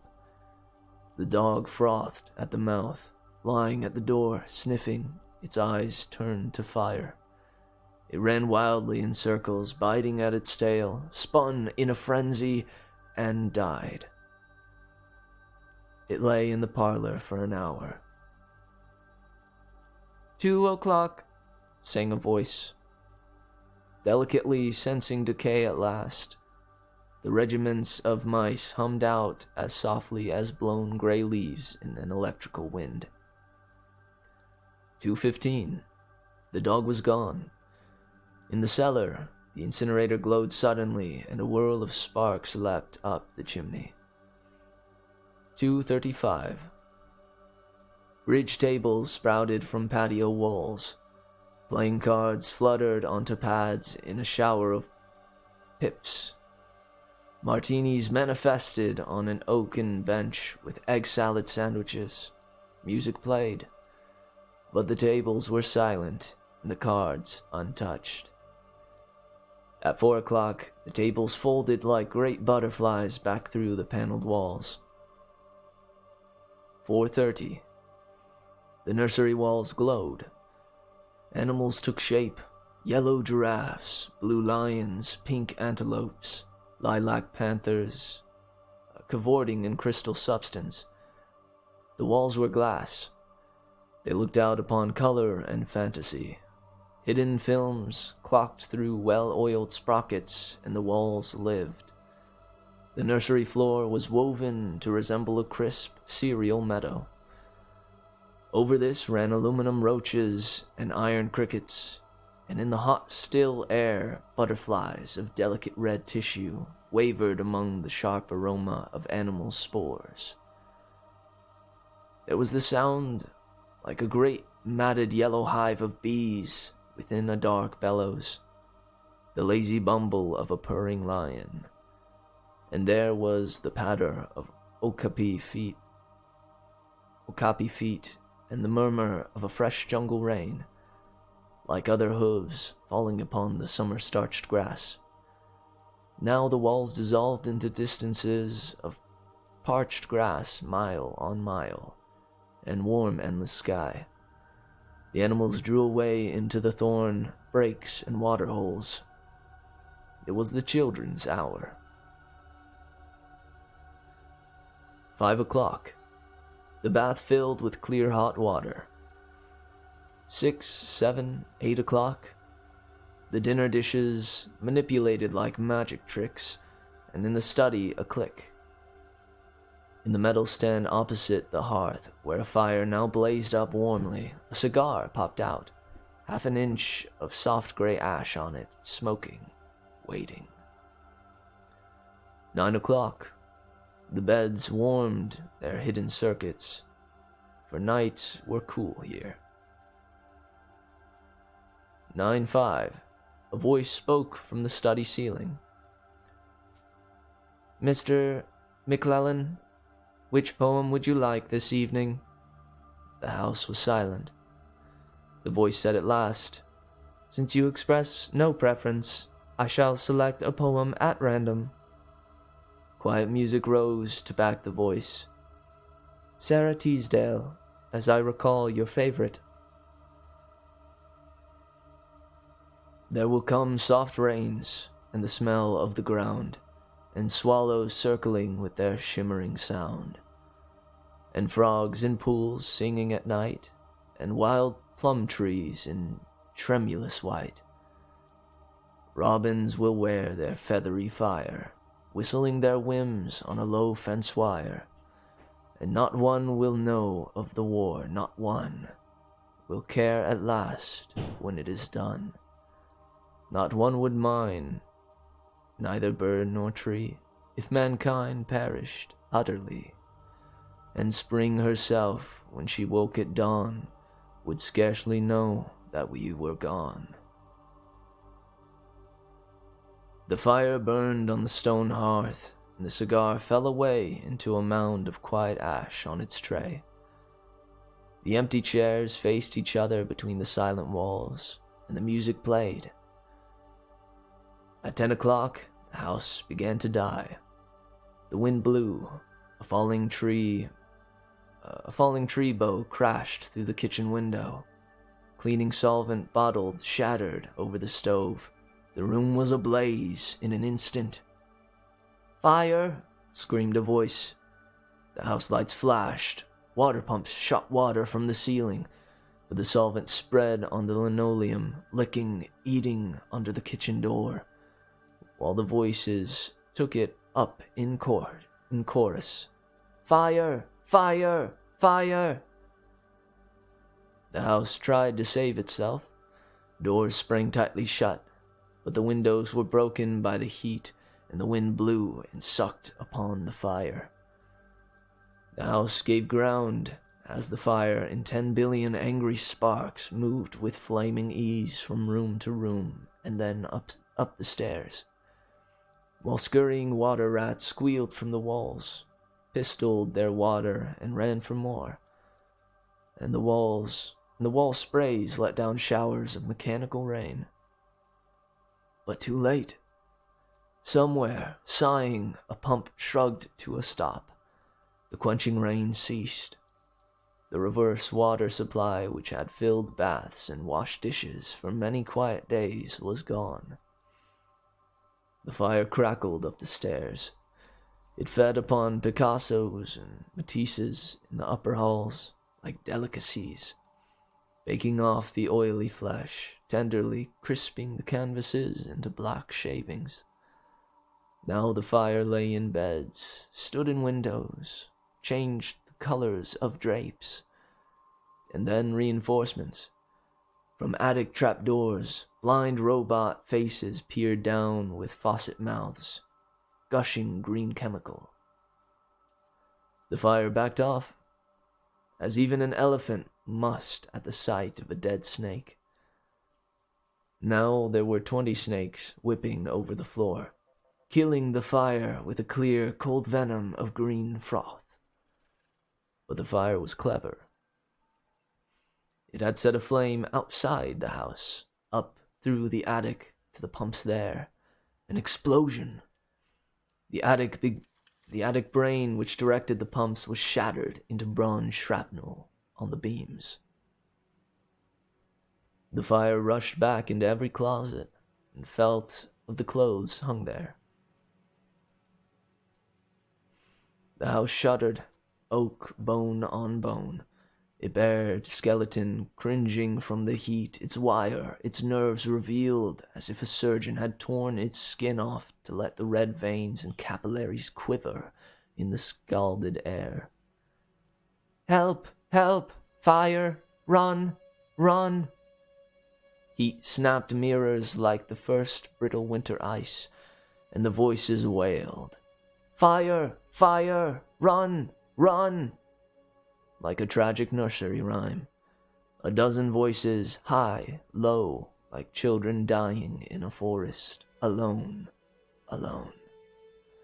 And the voices fading as the wires popped their sheathings like hot chestnuts.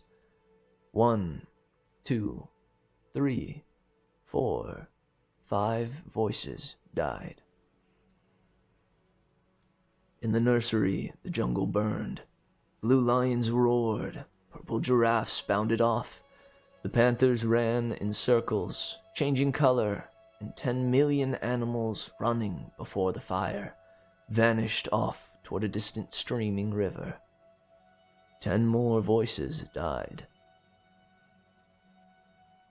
In the last instant under the fire avalanche, other choruses, oblivious, could be heard announcing the time, cutting the lawn by remote control mower, or setting an umbrella frantically out and in, the slamming and opening front door, 1,000 things happening, like a clock shop when each clock strikes the hour, insanely before or after the other.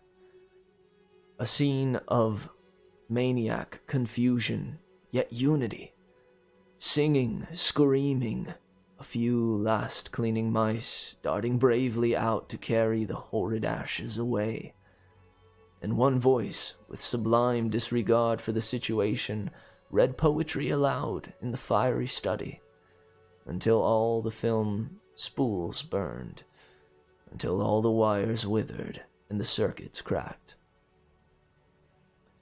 The fire burst the house and let it slam flat down, puffing out skirts of spark and smoke.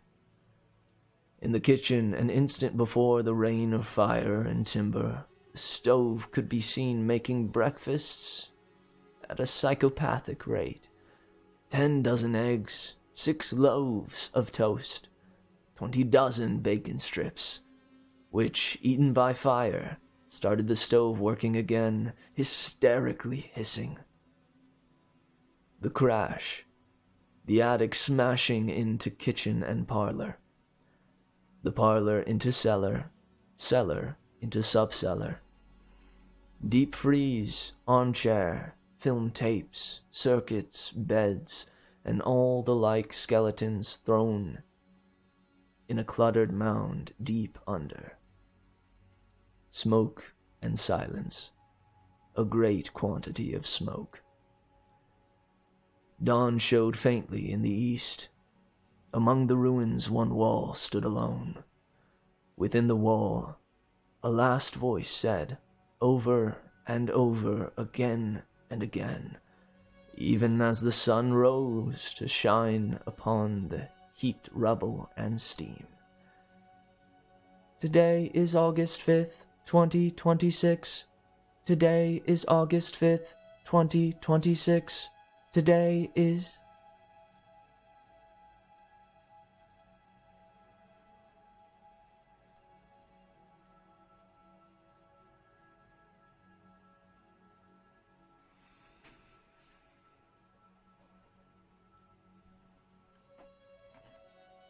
Oh, what's up, Dad? Welcome. Sorry, I didn't see it. I didn't see your dealio or your message. Oh, yo, shoot. What's up, Luke Coops? How you doing, Lucas? I don't know how many of you stayed, but I really appreciate it.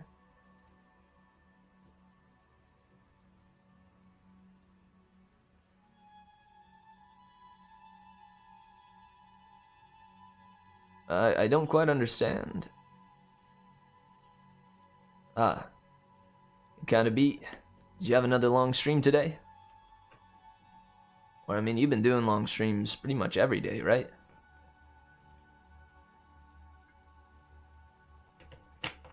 Whew. Sorry, I gotta, like... I gotta shake out of this, out of that... I don't know, that story was almost, like, trance-like to me.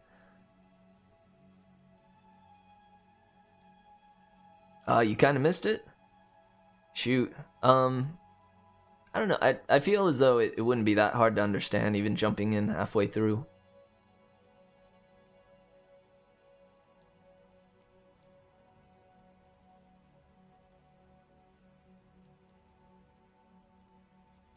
Oh, shoot. What is degen deck? Oh, is that like a degenerate deck? Yeah. Ah, man. Oh, hey, I'm glad to have you. And I appreciate that something good could come from the degenerate deck. Hey, thanks, Vic. I appreciate it. I put together these graphics and got all dolled up for the sci-fi. Nice.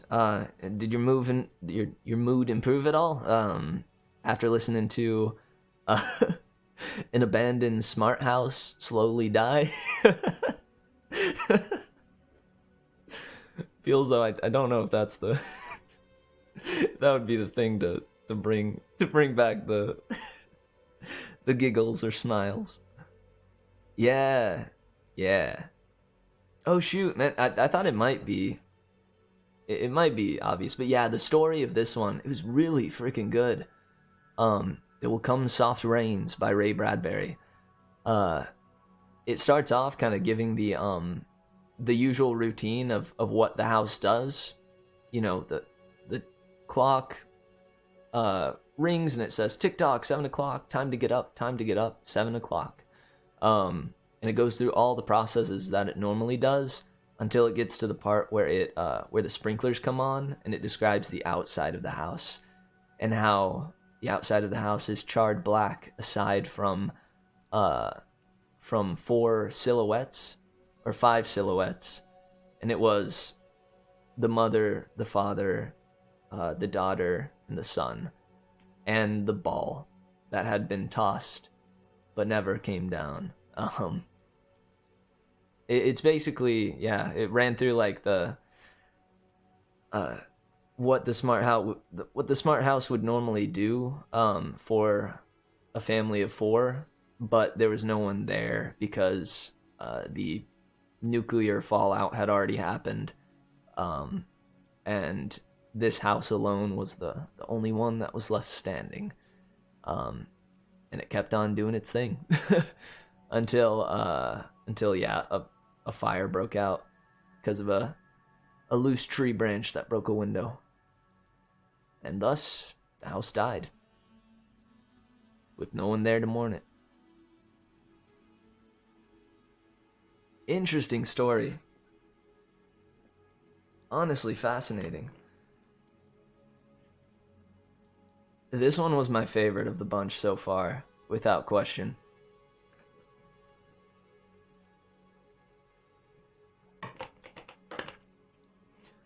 Well, nice. Yeah, I know you got here a little bit late, but we have a pretty darn good one in store for the last story of the night. It's called Super Toys Last All Summer Long by Brian Aldiss. I think this is the newest of the bunch, or the most recent, like published, the most recent. The other ones are from like early 1900s. We've read so far The 9 Billion Names of God by Arthur C. Clarke, and The Feeling of Power by Isaac Asimov. We just finished There Will Come Soft Rains by Ray Bradbury. You missed the first 2 and half of the third one. But I'm thinking I'm saving the best for last. However, this one will be hard to beat, I think. It was sick. something about the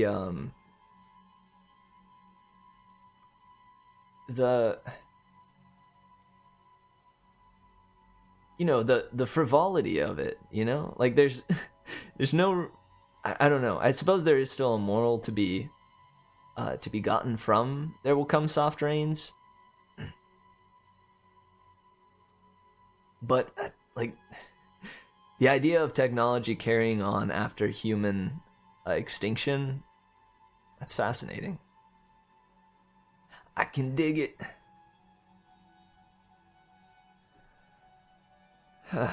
Nice.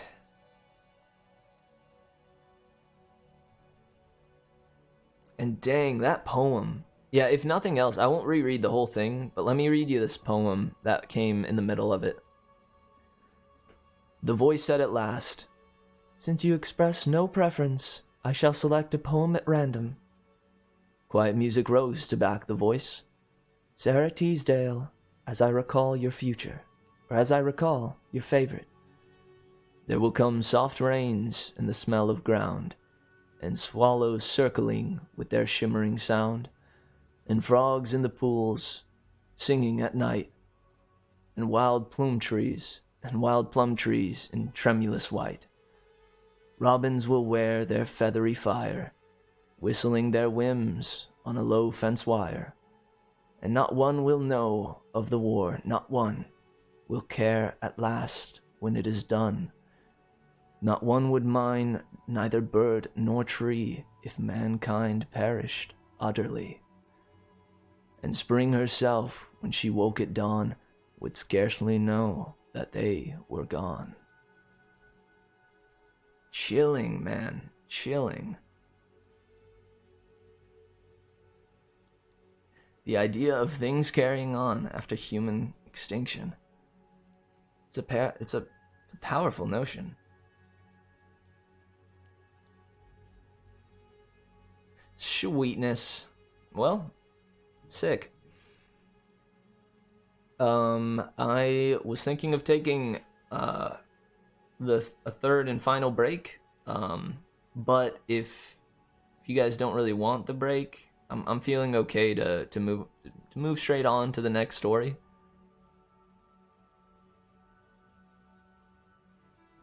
Yeah, I don't doubt it. That is a real poem, isn't it? Sarah Teasdale.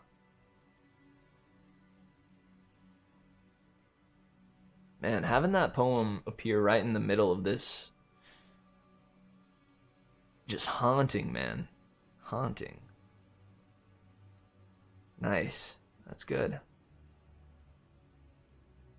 Did not expect the surprise poem midway.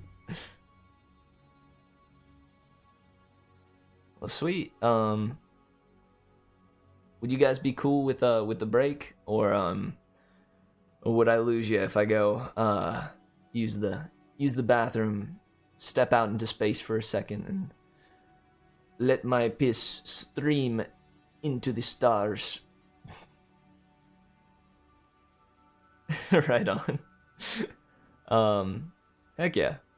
I'll go put on my spacesuit, get on out into space so I can take the piss, and then I will be back. Oh, thanks, man. Right on. Okay, guys. So it is almost 11:20 now, so I will be back no later than 11:25. Till then, I'll play some of the music I've created in the past. I'll try to keep it like relatively space themed. I don't really have any songs that are strictly space themed, but I have some that have like mechanical vibes to them. There may be like some repeats if you've been here the whole time, but I still hope you enjoy. I'll be back very soon. I love you, my wildflowers, and remember, be back in about 5 minutes for our final story by Brian Aldiss. Super Toys last all summer long. Alright, cool. I'm gonna warp out.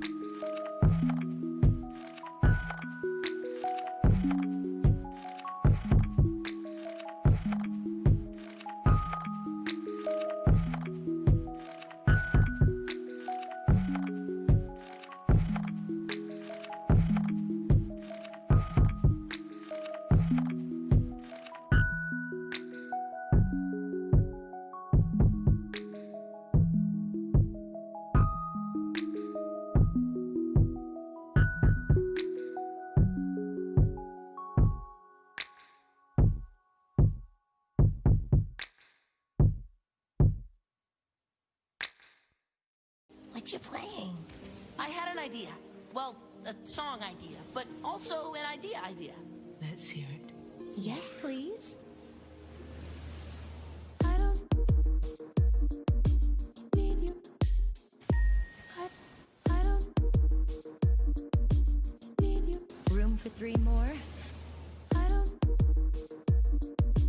need you. But I want you to love me. I don't need you. But I want you to know me.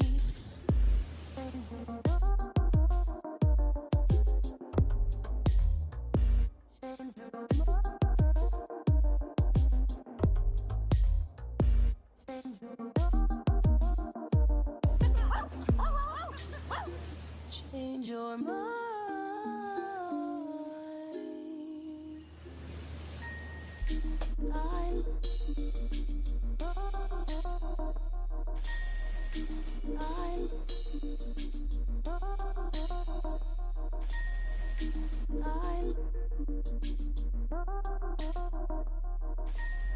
What if something bad happens? Well, what if something good happens?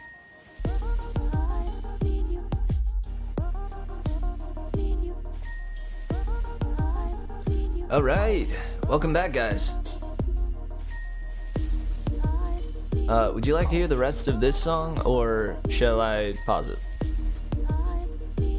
Always. So why didn't you just come back? I want to. But I just...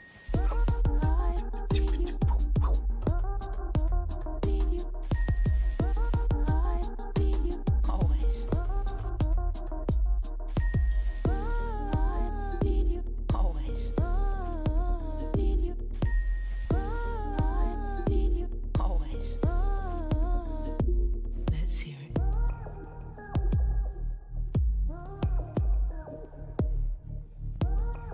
I might have overreacted.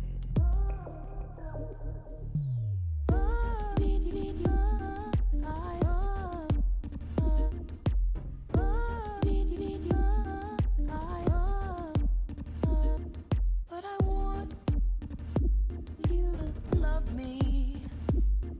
But I want you to know me. Let's hear it. I don't love me. I don't know me.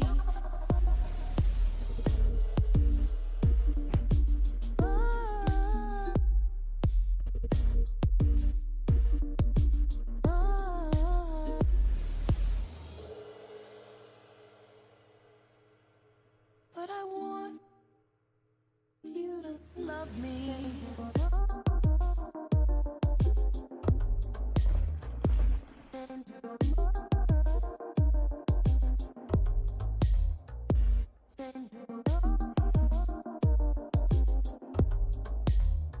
Change your mind.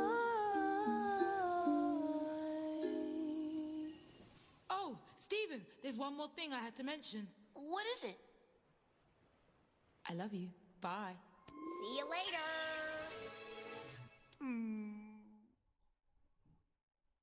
All right. All right. Whoa. How did I get in this computer screen? Get me out of here. Whew. Thank goodness.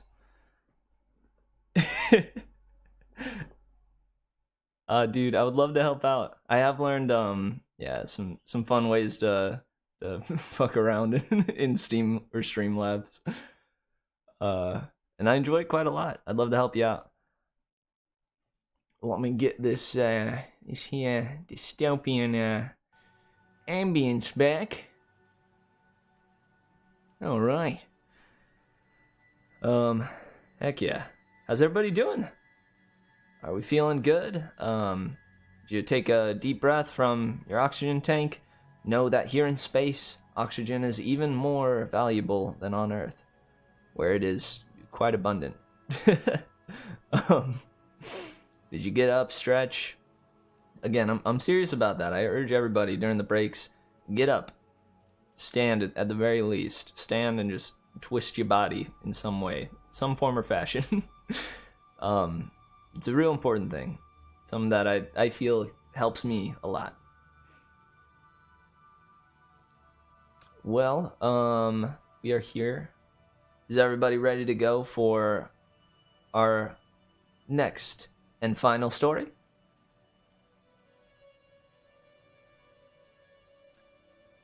Our next sci-fi Slurpee.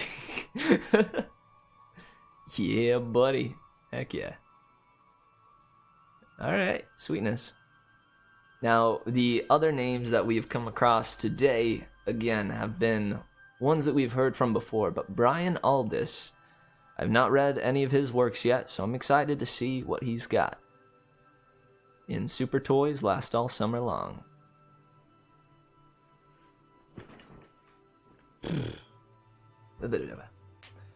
Okay, let's jump in. Super Toys Last All Summer Long by Brian Aldiss. In Mrs. Swinton's garden, it was always summer. The lovely almond trees stood about in perpetual leaf. Monica Swinton plucked a saffron-colored rose and showed it to David. "Isn't it lovely?" she said. David looked up at her and grinned without replying, seizing the flower. He ran with it across the lawn and disappeared behind the kennel where the mowervator crouched, ready to cut or sweep or roll when the moment dictated. She stood alone on her impeccable plastic gravel path. She had tried to love him. When she made up her mind to follow the boy, she found him in the courtyard floating the rose in his paddling pool. He stood in the pool engrossed, still wearing his sandals. "David, darling, do you have to be so awful? Come in at once and change your shoes and socks." He went with her without protest into the house, his dark head bobbing at the level of her waist. At the age of 3, he showed no fear of the ultrasonic dryer in the kitchen, but before his mother could reach for a pair of slippers, he wriggled away and was gone into the silence of the house. He would probably be looking for Teddy.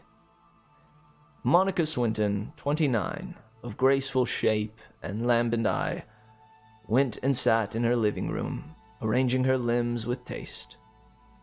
She began by sitting and thinking. Soon she was just sitting. Time waited on her shoulder with the manic sloth it reserves for children, the insane, and wives whose husbands are away improving the world. Almost by reflex, she reached out and changed the wavelength of her windows. The garden faded. In its place, the city center rose by her left hand, full of crowding people, low boats, and buildings, but she kept the sound down. She remained alone. An overcrowded world is the ideal place in which to be lonely. The directors of Synthank were eating an enormous luncheon to celebrate the launching of their new product. Some of them wore the plastic face masks popular at the time. All were elegantly slender, despite the rich food and drink they were putting away. Their wives were elegantly slender, despite the food... Oh, my apologies. Despite the food and drink they were putting away. Oh no, that was correct. Their wives were elegantly slender, despite the food and drink they too were putting away. An earlier and less sophisticated generation would have regarded them as beautiful people, apart from their eyes.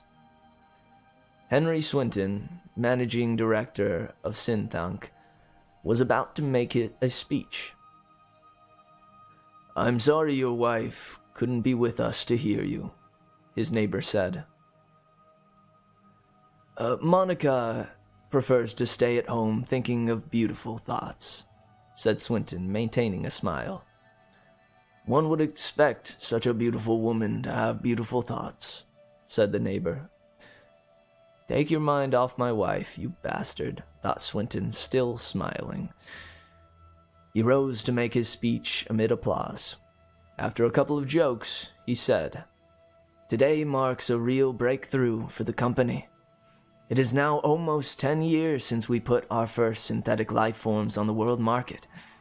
You all know what a success they have been, particularly the miniature dinosaurs. But none of them had intelligence. It seems like a paradox that in the day and age, we can create life but not intelligence. Our first selling line, the Crosswell tape, sells best of all and is the most stupid of all. Everyone laughed. Though 3/4 of the overcrowded world are starving, we are lucky here to have more than enough, thanks to population control. Obesity's our problem, not malnutrition. I guess there's nobody round this table who doesn't have a Crosswell working for him in the small intestine, a perfectly safe parasite tapeworm that enables its host to eat up to 50% more food and still keep his or her figure, right? General nods of agreement. Our miniature dinosaurs are almost equally stupid. Today we launch an intelligent synthetic life form, a full-size serving man. Not only does he have intelligence, he has a controlled amount of intelligence. We believe people would be afraid of a being with a human brain. Our serving man has a small computer in his cranium. There have been mechanicals on the market with mini computers for brains, plastic things without life, super toys. But we have at last found a way to link computer circuitry with synthetic flesh. David sat by the long window of his nursery, wrestling with paper and pencil. Finally, he stopped writing and began to roll the pencil up and down the slope of the desk lid. "Teddy," he said. Teddy lay on the bed against the wall, under a book with moving pictures and a giant plastic soldier. The speech pattern of his master's voice activated him, and he sat up. "Teddy, I can't think what to say." Climbing off the bed, the bear walked stiffly over to cling to the boy's leg. David lifted him and set him on the desk. "What have you picked so far?" "I've said..." He picked up his letter and stared hard at it. "I've said, Dear Mummy, I hope you're well just now. I love you." There was a long silence until the bear said, "Oh, that sounds fine. Go downstairs and give it to her." Another long silence. "It isn't quite right. She won't understand." Inside the bear, a small computer worked through its program of possibilities. "Why not do it again, in crayon?" When David did not answer, the bear repeated his suggestion. "Why not do it again in crayon?" David was staring out of the window. "Teddy, you know what I was thinking?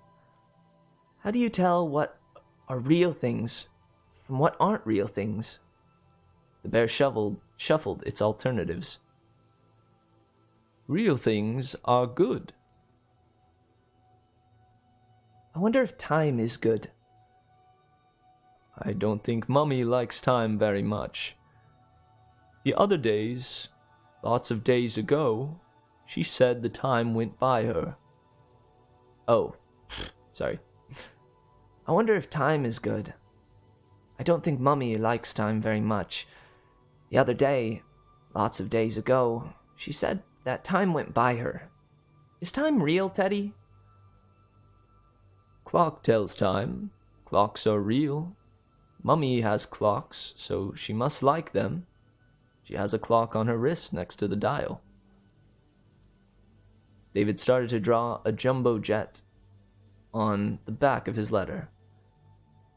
You and I are real, Teddy, aren't we? The bear's eyes regarded the boy unflinchingly. You and I are real, David. It specialized in comfort. Monica walked slowly about the house. It was almost time for the afternoon post to come over the wire. She punched the post office number on the dial on her wrist, but nothing came through. A few minutes more. She could take up her painting, or she could dial her friends, or she could wait till Henry came home, or she could go up and play with David. She walked out into the hall, into the bottom of the stairs. David! No answer. She called again a third time. Teddy! She called in sharper tones. Yes, Mummy! After a moment's pause, Teddy's head of golden fur appeared. Oh, yes, Mummy! After a moment's pause, Teddy's head of golden fur appeared at the top of the stairs. Is David in his room, Teddy? David went into the garden, Mummy. Come down here, Teddy. She stood impassively, watching the little furry figure as it climbed down from step to step on its stubby limbs. When it reached the bottom, she picked it up and carried it into the living room. It lay unmoving in her arms, staring up at her. She could feel just the slightest vibration from its motor. Stand there, Teddy. I want to talk to you. She set him down on the tabletop, and he stood as she requested, arms set forward and open in the eternal gesture of embrace. Teddy, did David tell you to tell me he had gone into the garden? The circuits of the bear's brain were too simple for artifice. Yes, Mummy. You lied to me. Yes, Mummy. Stop calling me Mummy. Why is David avoiding me? He's not afraid of me, is he? No, he loves you. Why can't we communicate? David's upstairs. The answer stopped her dead. Why waste time talking to this machine? Why not simply go upstairs and scoop David into her arms and talk to him, as a loving mother should to a loving son? She heard the sheer weight of silence in the house, with a different quality of silence pouring out of every room. On the upper landing, something was moving very silently. David, trying to hide away from her. He was nearing the end of his speech now. The guests were attentive, so was the press, lining two walls of the banqueting chamber, recording Henry's words and occasionally photographing him. Our serving man will be, in many senses, a product of the computer.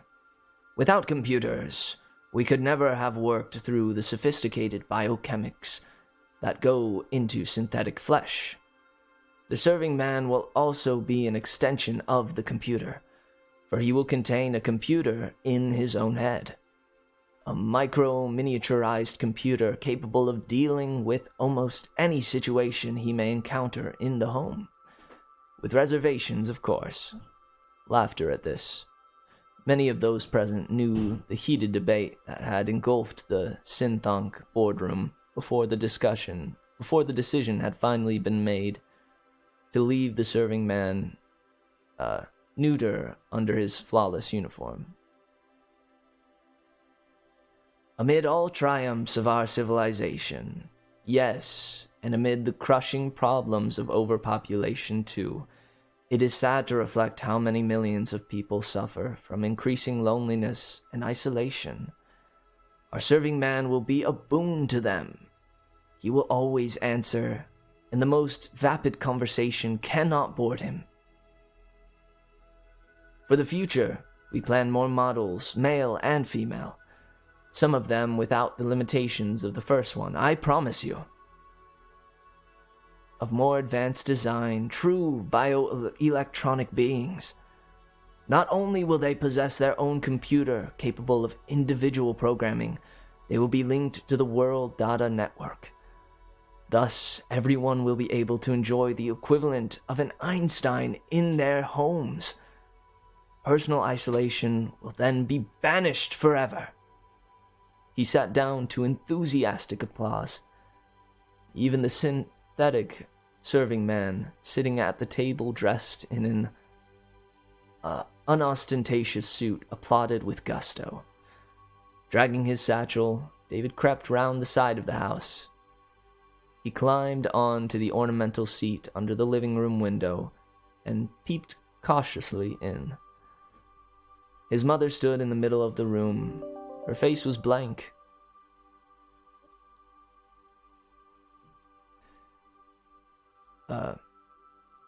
His mother stood in the middle of the room. Her face was blank. Its lack of expression scared him. He watched, fascinated. He did not move. She did not move. Time might have stopped, as it had stopped in the garden. At last, she turned and left the room.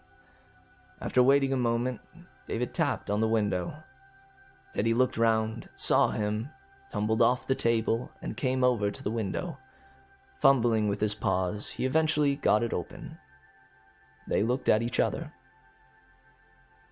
"I'm no good, Teddy. Let's run away." "You're a very good boy. Your mummy loves you." Slowly, he shook his head.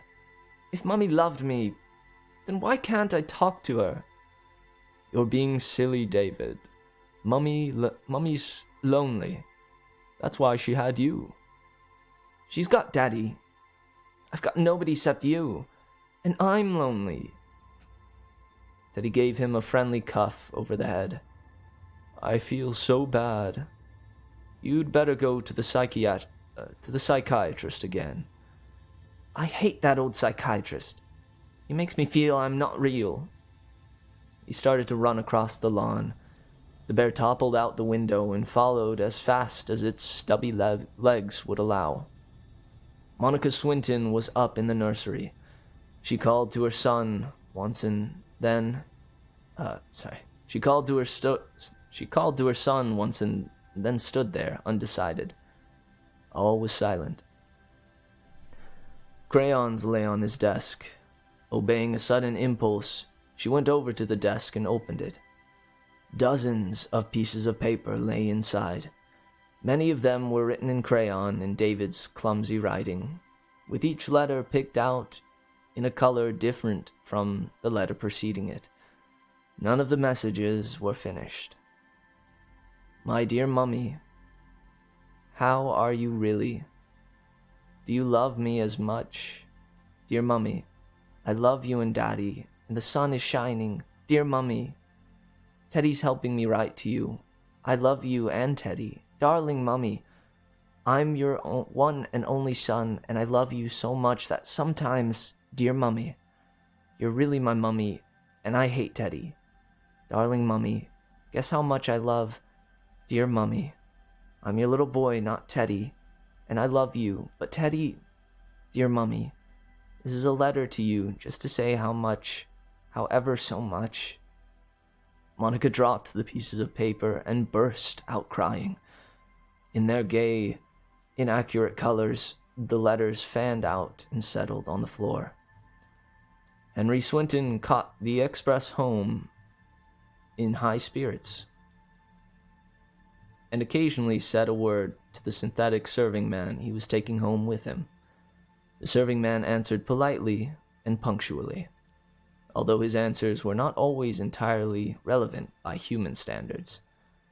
The Swintons lived in one of the ritziest city blocks, half a kilometer above the ground, embedded in other apartments. Their apartment had no windows to the outside. Nobody wanted to see the overcrowded external world. Henry unlocked the door with his retina pattern scanner and walked in, followed by the serving man. At once, Henry was surrounded by the friendly illusion of gardens set in eternal summer.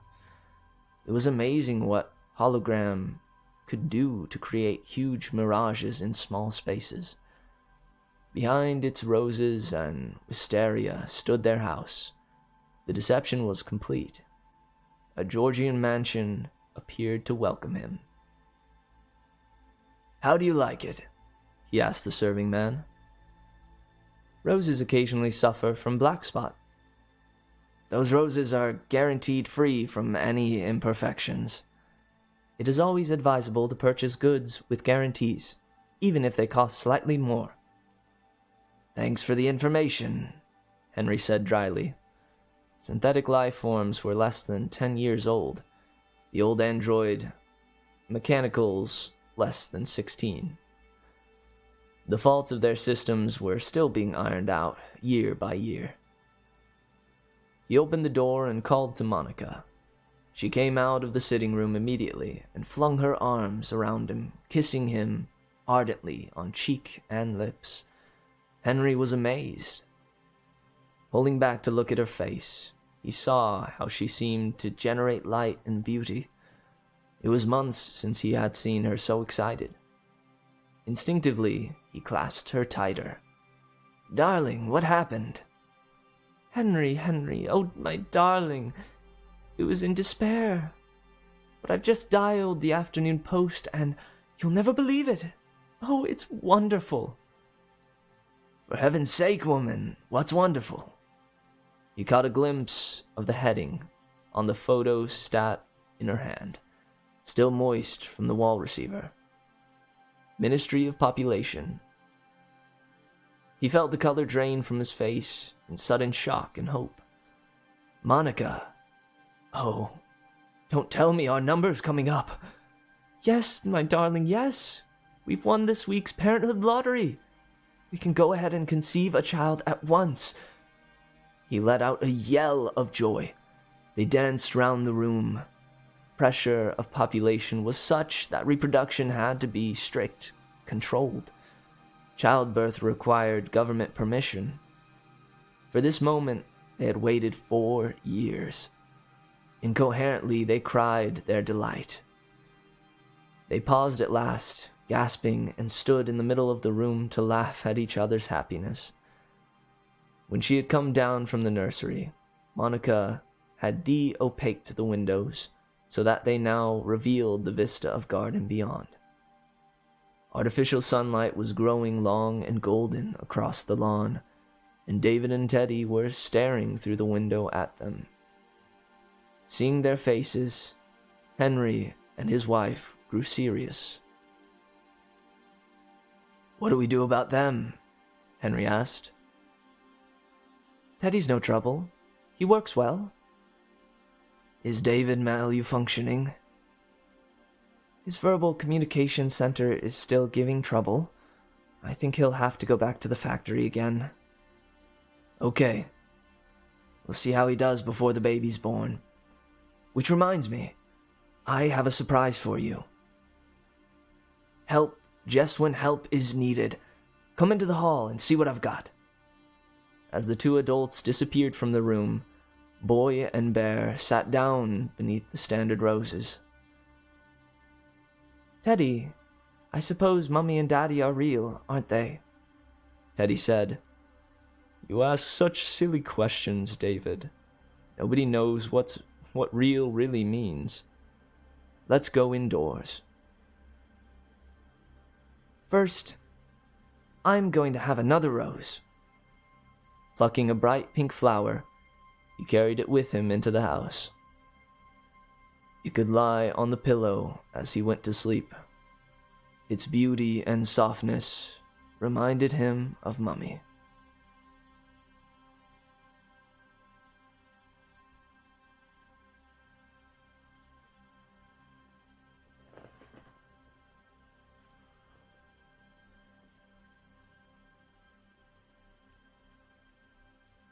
What the heck, man?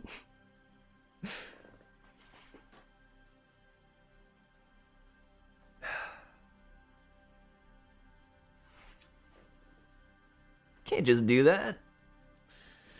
Can't just create a boy. Heck, man. Teddy, am I real? God.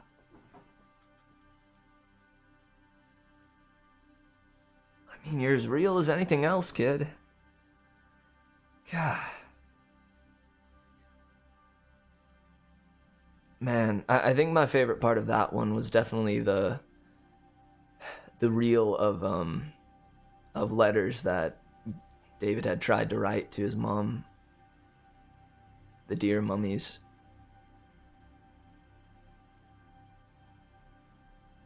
Monica dropped the pieces of paper and burst out crying. In their gay, inaccurate colors, the letters fanned out and settled on the floor.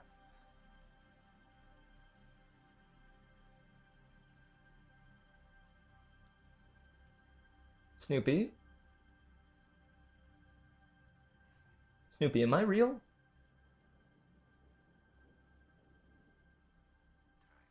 Snoopy, it makes me nervous when you don't answer. You know that, right? Damn, he's not gonna tell me.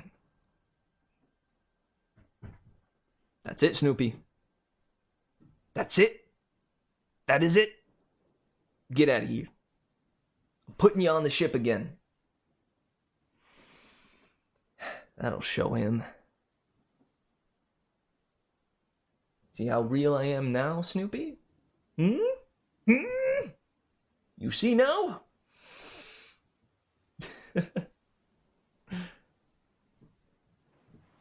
Alright, Snoopy, fine. You can come back. Keaton. Snoopy, is Mitch real? Oh, man. The amount of times I've been asked that in my life is actually more than I would expect. Than I feel I would expect. Especially in high school for some reason. I was a real goober in high school. I mean, I was much like I am now, but ramped up a few notches, you know? I was more like, how would I say it?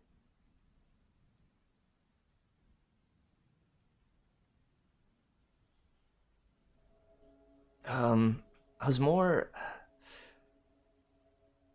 eccentric than I am now, I feel. To the point where a lot of times, like, I'd do something wacky and wild, like somersault down the halls to my next class. And people would ask me, they'd be like, Mitch, are you real? Of course, asking in jest, but still, I found it hilarious.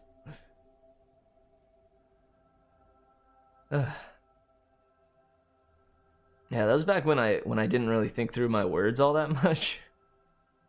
I would pretty much just say whatever came to mind. Yeah, that's right, Coleman knows. Those were good times, man. Those were good times.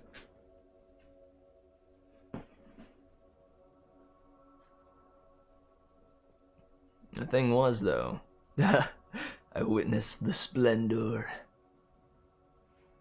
Yeah, man, I had everybody pretty convinced I was just a goober. I was but a goober. A goob. Well, guys, I'm curious. What do you think of the story? Have any thoughts? Favorite portion? I think that idea, I liked how this one approached the idea of artificial life. You know, I feel like a lot of that topic has been addressed a lot throughout media at this point, right? But I like the way this one approached it. You know, with the yeah, definitely sad as fuck. But you know, it came in having me think that, oh, this is mainly a story about a mother whose son is primarily being taken care of this artificial intelligent teddy bear. And it even switches over to the press conference every now and then where the father is talking about, oh yeah, we have these robots in the works that are gonna prove to be like the everyday man, and as good as artificial intelligence can get thus far. And it deterred my attention until the very end there, where at the very end it even subtly, well, not so subtly, sorry. But the way they introduced and revealed that David was a robot, I think was very tasteful. And it made for a good shock at the end. And kind of hinting vaguely at it with David asking about what is real and what is not. That was good. What do we do about them? Teddy's no trouble. He works well. Is David malfunctioning? His verbal communication center is still giving trouble. I think I'll have to go back to the factory again.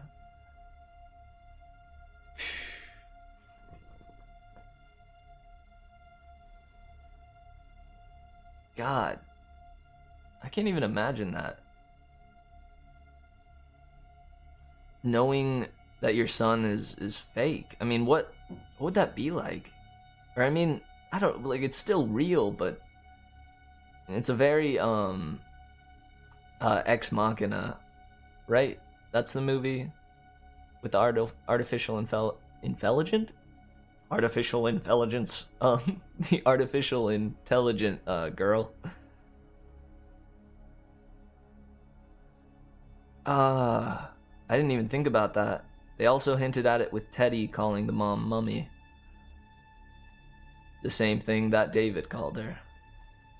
I didn't think much of that because I assumed Teddy kind of just picked that up from David, but it's probably just in both of their programming. Frick, dude.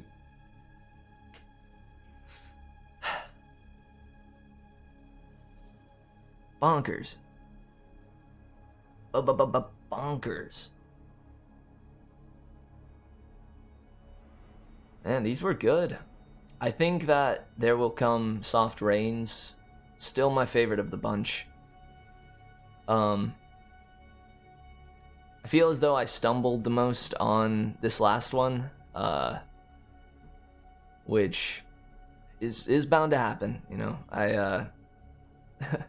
I won't be able to read through each one exactly as I wish I could, you know. Sadly, I am not a robot.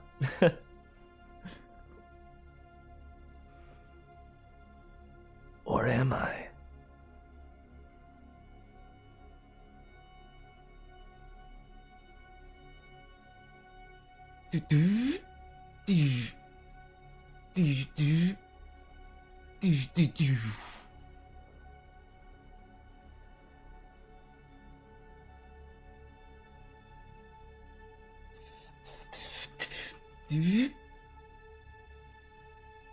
Just kidding, psych. I'm not a robot. Definitely not a robot. You can't prove it. You can't prove it.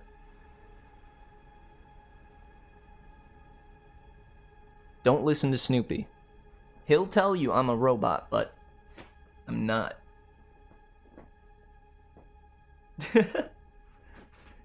I mean, hasn't that been theorized, that entertainers one day will just be replaced by artificial intelligence? There's a concept like that in the show on Netflix, Carol and Tuesday. Really awesome show, by the way. Very, very just heartwarming, I would say. But it's all about music and music creation. And in it, they live in a bit of a futuristic society where most pop songs and most music is simply generated by AI. Because they figured out the algorithms and the way to create perfect music that will be loved and adored by the masses. Objectively perfect music. But what happens in it, though, is that Carol and Tuesday play their jams and put their heart and soul into it, And they prove that what actually matters is, yeah, the heart that goes into it. Yeah, precisely, Vic, you get it. Musicality cannot be replaced. I definitely hear that. I am a music creator myself.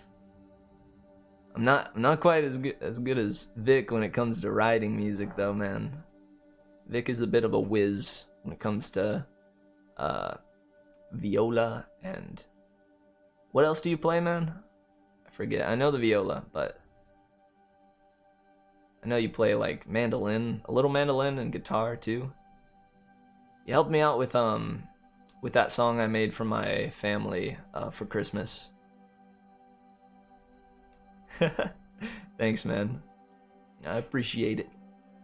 I make the sick beats. And piano. Heck yeah. If I were to learn how to play live any instrument, it would definitely be piano. Maybe once I'm replaced by a robot, I'll be able to do that with ease. But that's precisely what he wants. Don't let them replace me, guys. Don't let them do it.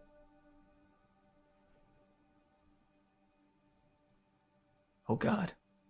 They put me back in the computer. Help! Help!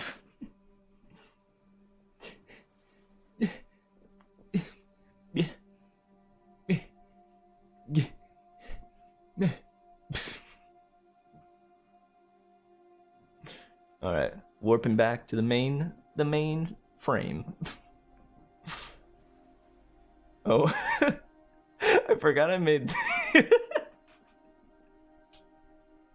All right, that's enough of that. I was also just kind of messing around with graphics and junk, and I was gonna add a couple of like things I could switch to as funny reaction things. That was the only one that I got to. Was this big goober. Look at that, man. I don't even know what that's from. The other things I saw from it, though, were just these goobers, like, incinerating various humans with their laser beams and guns. Mars Attacks, you know what it's from? Shoot. Nice, man, nice. I don't doubt it, man.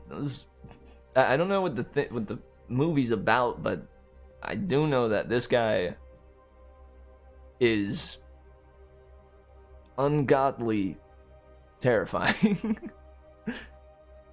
He is unholy in every sense of the term. I can never forget. Nice. We have a little more time. Does anybody have any last minute suggestions for a quick read? For a final little read? I know last time Keaton suggested a really good one to finish off the night. Don't know if anyone has one offhand, but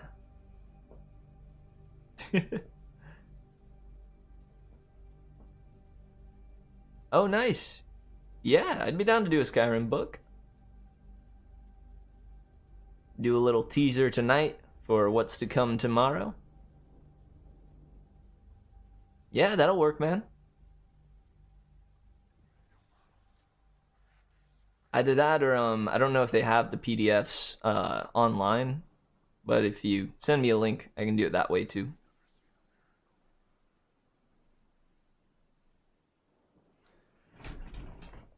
Let me see if I can find some fantasy ambience.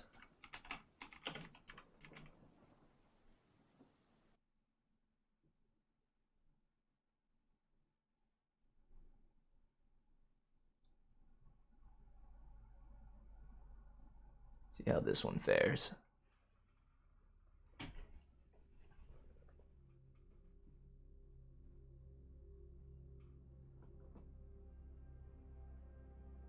Okay, sounds good to me, man.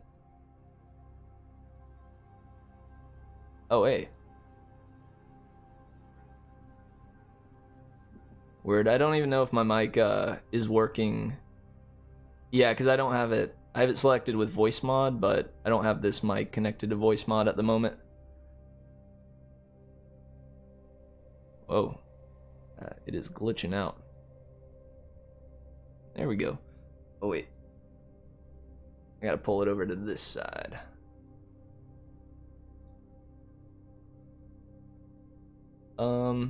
The screen is black.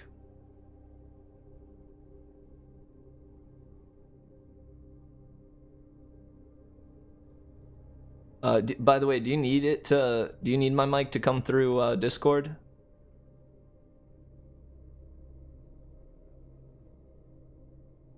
Because I can switch it up real quick. I'll do that now.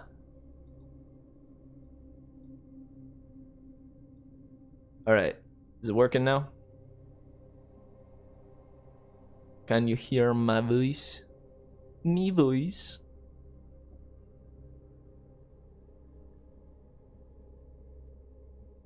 Can you hear the luscious noises that come from my mouth? Good. No, I can't hear you.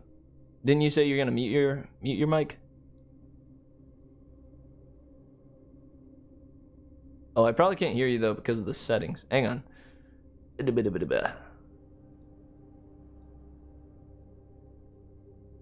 Leave that. Yeah, okay. I think I can hear you now. Oh, yeah? Yeah, I can hear you. Okay, cool. So, I'm gonna run over to this little tower just for immersion, and we'll sit in here and read a book. Shut up, Google. Perfect. Here we go. There's a guy over here. Alright, we're not gonna worry about him. We'll just go down here. Oof. Okay. Is there a way I can change the quality? Your shared screen is super Potato. Did you say potato? Yeah. Potato as hell. It is a bit potato, dude. Oh man, I need to like get paid Discord to.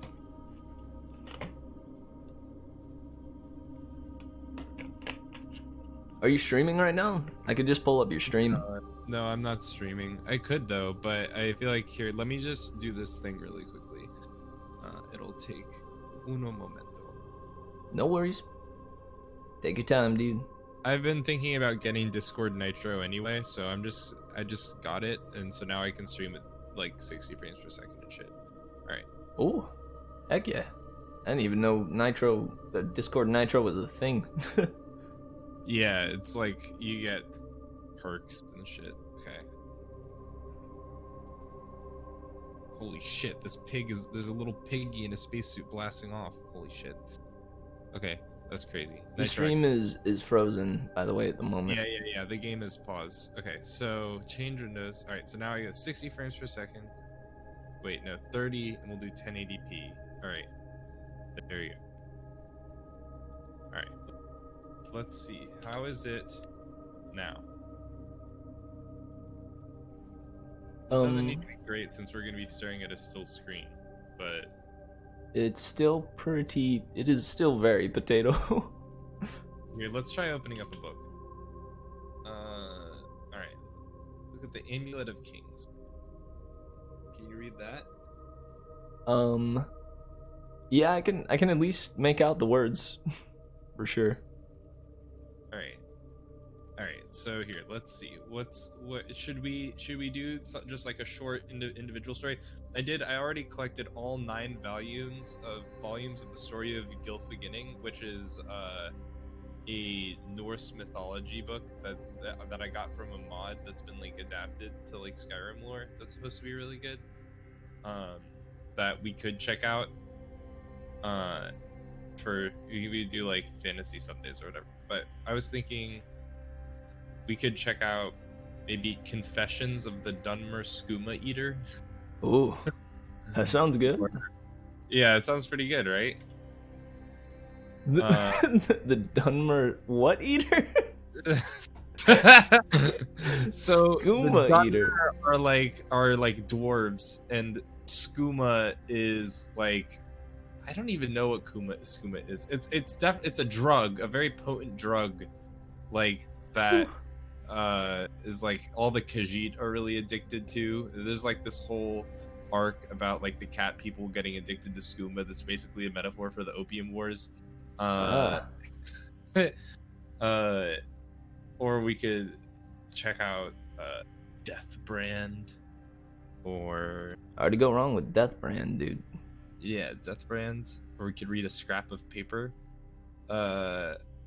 or Wards of the Wind sounds pretty cool. I got a lot of books. I collect a shit ton of books. Yeah, dang, this is more than I think last I saw.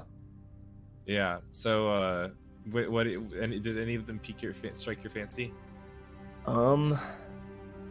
Shoot, man. It's hard to keep my eye away from Confessions of a Dunmer Skooma Eater. There's a bottle of skooma on the cover. All right, we'll open it up. Right on. So I'll just when I hear you getting to the last like word, I'll just go to the next page. Right on. Sounds good, man. All right. All right. So this is Confessions of a Dunmer Skooma Eater. Nothing is more revolting to Dunmer feeling. Oh, sorry. Nothing is more revolting to Dunmer feeling than. What? Sorry. Nothing is more revolting to Dunmer feeling than the sorry spectacle. I feel like the feeling shouldn't be there. Nothing is more revolting to Dunmer than the sorry spectacle of another Dunmer enslaved by that derivative moon sugar known as skooma. And nothing is less appetizing than listening to the pathetic tales of humiliation and degradation associated with a victim of this addictive drug. Why then do I force myself upon you with this extended and detailed account of my sins and sorrows? Because I hope that by telling my tale, the hope of redemption from this sorry state shall be more widely known.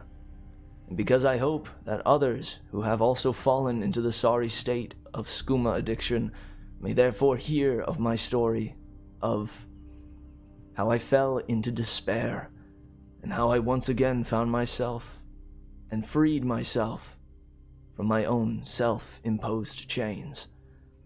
Because it is widely known to all Khajiit who may be expected to know that there is no cure for addiction to skooma, that once a slave to skooma, always a slave to skooma.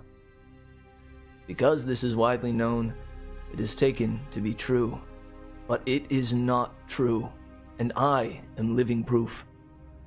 There is no miracle cure. There is no potion to be taken.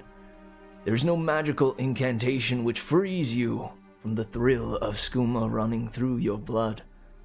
But it is through the understanding of that thrill and the acceptance of the lust within one's self for that thrill,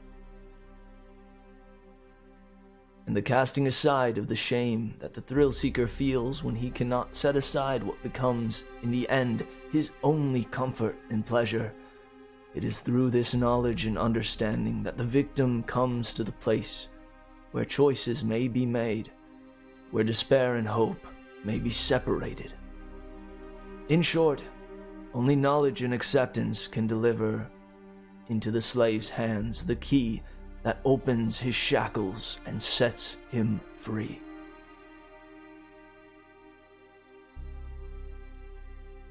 I think that's beautiful, man. Yeah, it was actually I was surprised.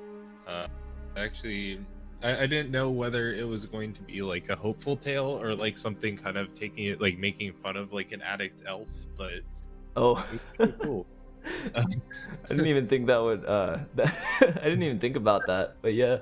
Something about how Confessions of a Dunmer Skooma Eater rolls off your tongue that just. It definitely doesn't. Yeah, no, you're right. That title does not like does not give me the vibe of like. I don't know, message of hope. Message of hope, yeah. But yeah, so some of these are really good. I think Gilfening is I just happened upon it in an inn. I stole it from an innkeep because it had all 9 volumes, and I thought it would be perfect. So you know, I'll continue to like collect, because I think like they're all pretty short. So I think like a collection of 3 to 5 volumes probably adds up to one of your normal story lengths. So like as my collection grows, we can do more. But I was thinking maybe we'll talk about hosting tomorrow when you're not live. But yeah, if we can read another if you want, but if you're about ready to wrap up, it's up to you. Let's do at least one more. I was thinking I'd go till at least 12:30. Oh, Also, shit. also my Vic says you're just a Dunma skooma eater. Also, Keaton wants to know if you have Beggar Thief Warrior King. Beggar Thief Warrior King. No, I literally just created this character a few hours ago, so I only had, or like a few hours ago, as in like I started last night for like a couple hours. So my collection isn't vast yet. I'm limited by how much I can carry. Once I get like a house, that's kind of where I'm going right now. I'm trying to just go get my first house so I can start storing stuff. But I've as always in my Skyrim playthroughs, I always aim to like have a huge library. For some reason, they just seem like a really fun thing to collect. Heck yeah, it works well for me, man. I'd love to read them. I didn't realize that Skyrim had such great literature. Yeah. So we could read something that's so. Let's see. Arcturian Heresy sounds kind of intriguing. Coleman says lockpicking. Was that a book? Sounds more like a statement. Yeah.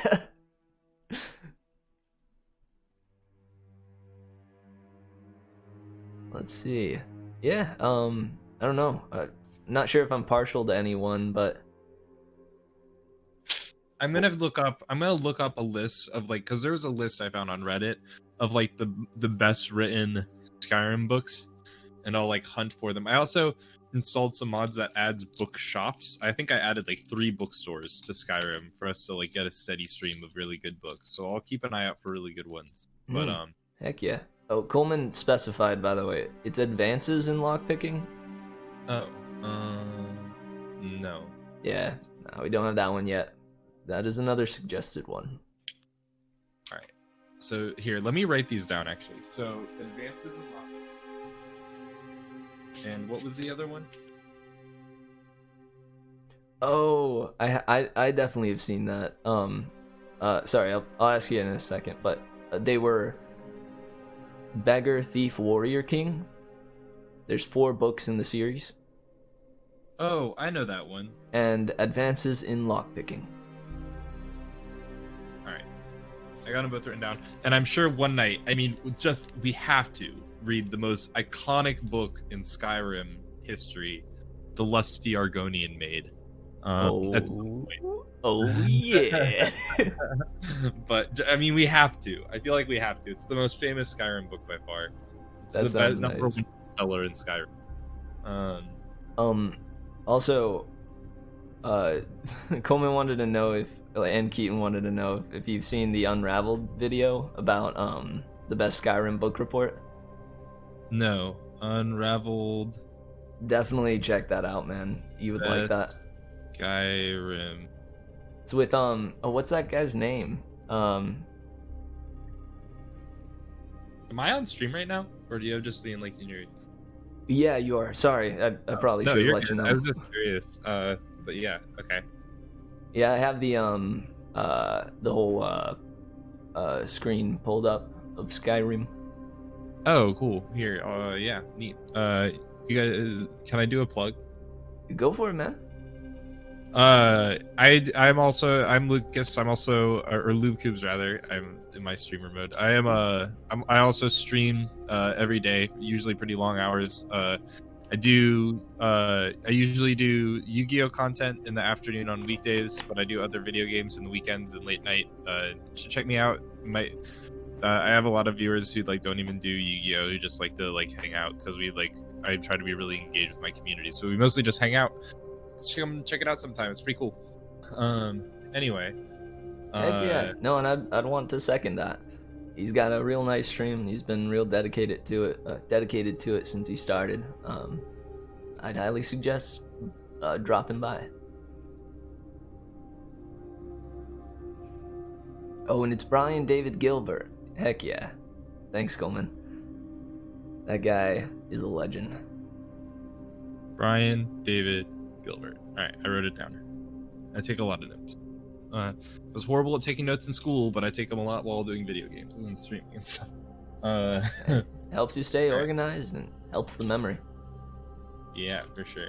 I have a really loud keyboard. I got it on purpose because I really like this one streamer has a loud keyboard. Because I'm sure to know the shit out of people. I do too. Can you hear it? Yeah, I do. Yeah. Vernicus and Borlor. Alright. That sounds tight. Remind me tomorrow before stream, I should set you up with Phantom Bot, and I'll teach you like the cool commands. Just for my, I'll write that down. Yeah, that would be good. Nightbot keeps deleting messages and whatnot. Yeah, I had endless problems with. I can't recommend. If there's any streamers watching, Google Phantom Bot. It's the most slept on bot of all time. I don't know why I'm doing it, but yeah.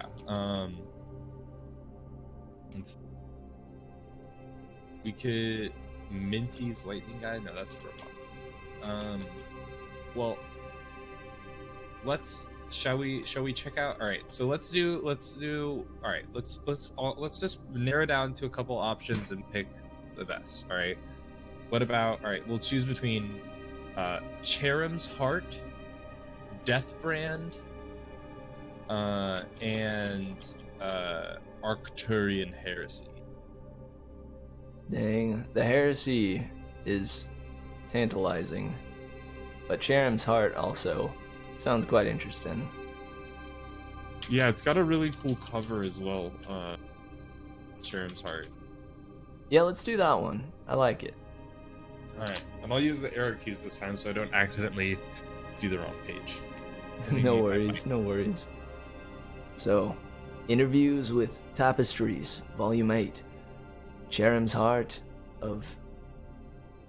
Enequina? Am I saying that right? Enequina by Levilis Paris. Enequina? Enequina, gotcha.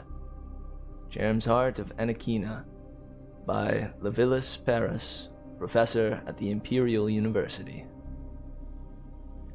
Contemporary with Makamat Luzin, interviewed in Volume 17 of this series, is the Kajiti Cherum, whose tapestries have been hailed as masterpieces all over the Empire for nigh on 30 years now. His 4 factories located throughout Elsewhere make reproductions of his work, but his original tapestries command stellar prices. The Emperor himself owns 10 Cherum tapestries, and his representatives are currently negotiating the sale of 5 more. The muted use of color, contrasted with the luminous skin tones of Cherum's subjects, is a marked contrast with the old style of tapestry. The subjects of his work in recent years have been fabulous tales of the ancient past, the gods meeting to discuss the formation of the world, the Chimer following the prophet Veloth into Morrowind, the wild elves battling Morehouse and his legion at the White Gold Tower. His earliest designs dealt with more contemporary subjects. I had the opportunity to discuss with him one of his first masterpieces, the Heart of Enequina, at his villa in Orcrest. The Heart of Enequina represents a historic battle of the 5-year war between Elsewhere and Valenwood, which raged from 3E 394 or 3E 395, depending on what one considers to be the beginning of the war, until 3E 399. In most fair accounts, the war lasted 4 years and 9 months, but artistic license from the great epic poets added an additional 3 months to the ordeal. The actual details of the battle itself, as interpreted by Chatham, are explicit. The faces of 120 wood elf archers can be differentiated one from the other, each registering fear at the approach of the Khajiit army. Their hauberks caught the dim light of the sun. The menacing shadows of the elsewhere battle coats loom on the hills, every muscle strained, ready to pounce on command. It is not surprising that he got all the details. Yeah. That he got all the details right, because Chatham was in the midst of it as the Khajiit foot soldier. Every minute part of the Khajiit traditional armor can be seen in the soldiers in the foreground. The embroidered edging and striped patterns of the tunics, each lacquered plate on the loose-fitting leather in the elsewhere style, the helmets of cloth and fluted silver. Chatham does not understand the point of plate metal, said Chatham.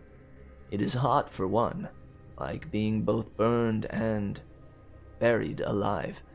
Chatham wore it at the insistence of our Nord advisors during the Battle of Elenin, and Chatham couldn't even turn to see what my fellow Khajiit were doing. Chatham did some sketches for a tapestry of the Battle of Elenin, but Chatham finds that, to make it realistic, the figures came out very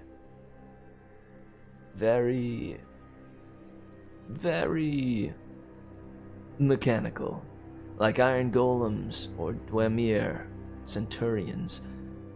Knowing our Khajiit commanders, Chatham would not be surprised if giving up the heavy plate was more aesthetic than practical. Elsewhere lost the Battle of Elenin, didn't she? Yes, but Elsewhere won the war, starting at the next battle, the heart of Anakina,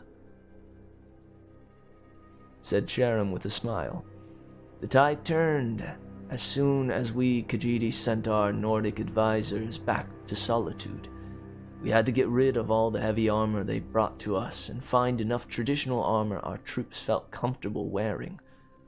Obviously, the principal advantage of the traditional armor was that we could move easily in it, as you can see from the natural stances of the soldiers in the tapestry.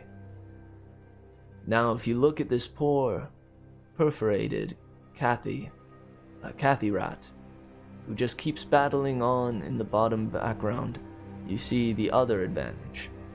It seems strange to say, but one of the best features of traditional armor is that an arrow will either deflect completely or pass all the way through. An arrowhead is like a hook, made to stick where it strikes. If it doesn't pass through, the soldier in traditional armor will find himself with a hole in his body and the bolt on the other side. Our healers can fix such a wound easily, if it isn't fatal. But if the arrow still remains in the armor, as it does with heavier armor, the wound will be reopened every time the fellow moves. Unless the Khajiit strips off the armor and pulls out the arrow, which is what we had to do at the Battle of Elenin, a difficult and time-consuming process in the heat of battle, to say the least. I asked him next, "Is there a self-portrait in the battle?" "Yes," Chatham said with another grin. "You see the small figure of the Khajiit stealing the rings of the dead wood elf? His back is facing you, but he has a brown and orange striped tail like Chathram's. Chatham does not say that all stereotypes about the Khajiit are fair, but Chatham must sometimes acknowledge them. A self-deprecating style in self-portraiture is also evident in the tapestries of Ranulf Hook, the next artist interviewed in volume 19 of this series." Well, that was informative. Yeah, sorry. I actually, so when we first started reading that, like, I kind of was like, oh, this is it. But when it was describing like the actual tapestries, I found myself kind of leaning back in my chair and envisioning them and actually really enjoying it. That's why I got kind of lost at one point and like I didn't turn the page. I was just like imagining this tapestry, and it was pretty cool actually. Heck yeah, man. I was about to say the same. Like it started off and I got the feeling, oh, maybe this is just like a historical recount, but the fact that it was actually an interview was, yeah, it made it intriguing for me. Yeah, I agree. You know, Charam kept referring to himself in third person. I wasn't imagining that, right? No, that's all the Khajiit do that. That's how they talk. For real? Yeah, the cat people all refer to themselves in the third person. Nice. Yeah, I agree, Keaton. Lore is good. Yeah. Yeah, dude. I'm actually this is I'm really excited about this. I'm thinking we can do is like it's kind of making me want to read the stories more myself and do it on stream. I'm not gonna lie. It would be cool to get to a point where like I can like play for a few hours and then like we can like read all the books that we like that I found on the day's travels. It'd be fun. Yeah, I'm absolutely down for that, man. And when we find one of those ones that was like highly reviewed, it'll be like, mission for the day. I can't wait to find more of like I'm excited to find like the books, the like books of fiction, because I know that there were actually like they got like actual like good writers to like write some of the books in the, other than just like the lore writers. And it's gonna be cool. Nice. I'm looking forward to it. I'll get introduced to some more Skyrim lore. Sadly, I've never played the game myself, but I am all about high fantasy. You know, there's a really cool I can send you a link for where you can get a copy of the game really cheap, like with the download key. And I think there's a mod that we can get where you can play with friends, like multiplayer, and it would be cool to like introduce a friend to Skyrim.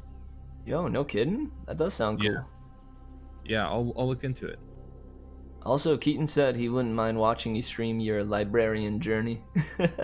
Yeah, oh my god, that's definitely what this character is gonna be. Is like my because the scholar, man. Heck yeah. Yeah, the backstory I came up for him. So I usually don't play Nords, but I was inspired when I thought of the idea of like my character is like this Nord who like struck out and left Skyrim. I haven't come up with his reason for leaving Skyrim yet. I kind of want to develop it more, but like he went and traveled all over Tamriel, and like he's like adventured himself out, and he's like coming back to Skyrim to try to settle down and leave the life of adventure behind him after like all the traumatizing years. But he comes back to his home country in turmoil and civil war, and he keeps getting dragged back out and to like resolve conflicts before he can settle down.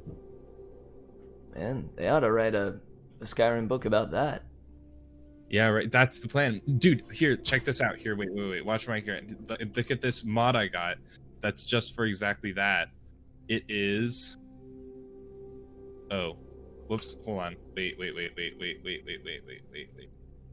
Change. Hot. Make it. Yes. Okay. It gives you a journal. A journal. Yeah, Let's I got go. a mod that gives you a journal, so I can write about my journeys and write my own book about my. That genuinely is sweet. I like that. Isn't it sweet? I thought it was really cool. But yeah. Why can't the good country just let the man read? Yeah, right. Yeah, it's. Oh, and like my guy got and also like I got an alternate start so I could like choose my how the mod started, and or how the game started rather, and nice. I went with like I came in on a boat to Skyrim, but I added the option that I got robbed and left for dead, and like Yeah, and so when you do that, your starting point is random. So I wasn't even actually on Skyrim. I was on Solstheim, which is like an island way up north of Skyrim, where all the mobs are like way higher leveled than you. So I just kept dying and like I couldn't fight anything. I started with absolutely nothing except some basic rags on my back. So it was I streamed that. It was super long, arduous process of like I couldn't do any quests to earn any money, so I had to just like go around stealing what I could and gathering raw materials to craft things to sell to like get enough money to get back to Skyrim. It was quite a journey. Yeah, dude, but it was I very remember fitting. popping in after my stream last night and seeing you distressed as hell. Yeah, it's yeah, I'm excited. It's gonna be a good playthrough. And most Nords, you know, they're all battle like heavy dudes, so there's not very many that are literate, let alone like dudes into reading. So I think it'll be a cool. Hey, how's it going? Oh no. I found this like I just like randomly stumbled upon this like legendary bow, so I'm just like one-shotting everything. My dude's like this legendary archer now. Damn, let's go, scholar boy. Also, Keaton Yeah. says that he usually plays a psychotic kitty cat named Ko, whose solution to the dragons coming back is just to kill everyone, since they'd be better off in heaven. This does not reflect me as a person whatsoever. I also like playing characters. I like using the alternate start so I can play characters that aren't the Dragonborn, and like people don't refer to me the Dragonborn or anything until you start the quest. So like, I kind of like that, and just like trying to like solve a lot of the war problems while not being like the Dragonborn. Save that for later. Heck yeah. He knows not that he is Dragonborn yet. He has other shit to deal with. Yeah, I like the idea of like developing like a character and not being defined being the Dragon. I do like that. That's cool that I know I feel the modded community with Skyrim is really dedicated, aren't they? Oh, extremely. Like the game doesn't usually look you also probably can't see because of how potato it is, but the game doesn't usually look this good. I put like a bunch of like amazing like most of the textures are 4K, and I like improve the lighting a lot. It's cool. Yeah, I noticed at the very least the lighting, like from when you were looking up, towards the mountains, and that fog too. Ooh, yeah. It's still super potato-y, but I can at least tell. Sun isn't out right now, but there's some really cool like sunbeams that are from some mods that look like really cool. I like the idea of like making Skyrim a beautiful game. Heck yeah. Skyrim beautiful again. Yeah, I'm on the way to Whiterun. Try to look into getting a house to store all my books. Nice. Well, it's about 12:42, so I'm gonna start wrapping up the stream. But I'm glad you suggested this, man. I wasn't sure what I was looking for, but this definitely made for a good ending to the stream. Yeah, man. I'm glad you think so. Hit me up when you're done with stream, okay? All right, can do. All right. Love you, man. I'll see you in a bit. Love you too, dude. Peace. Peace.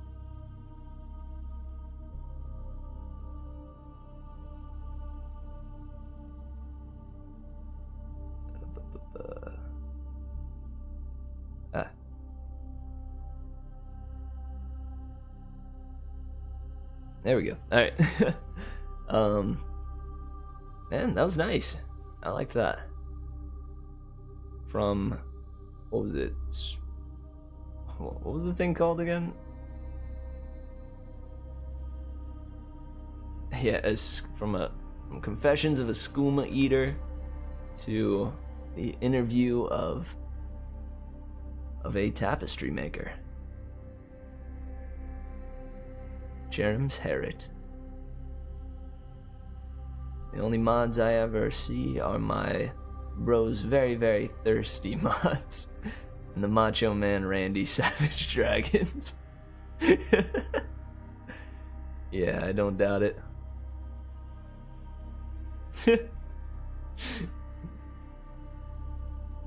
Will get banned very, very fast.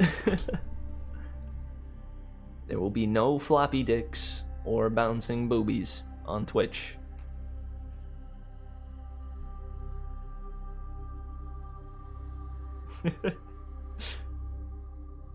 Nice.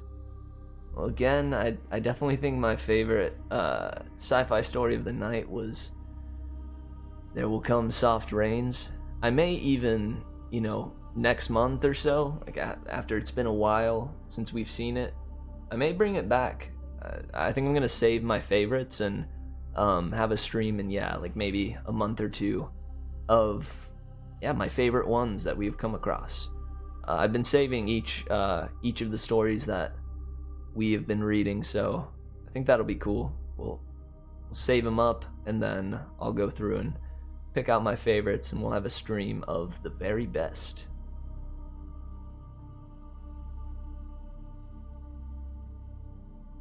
Oh, yo! Yeah, Skyrim Saturday, dude. Works for Sunday, too. I was gonna call it, Sunday Scrolls. But I guess they are more like books.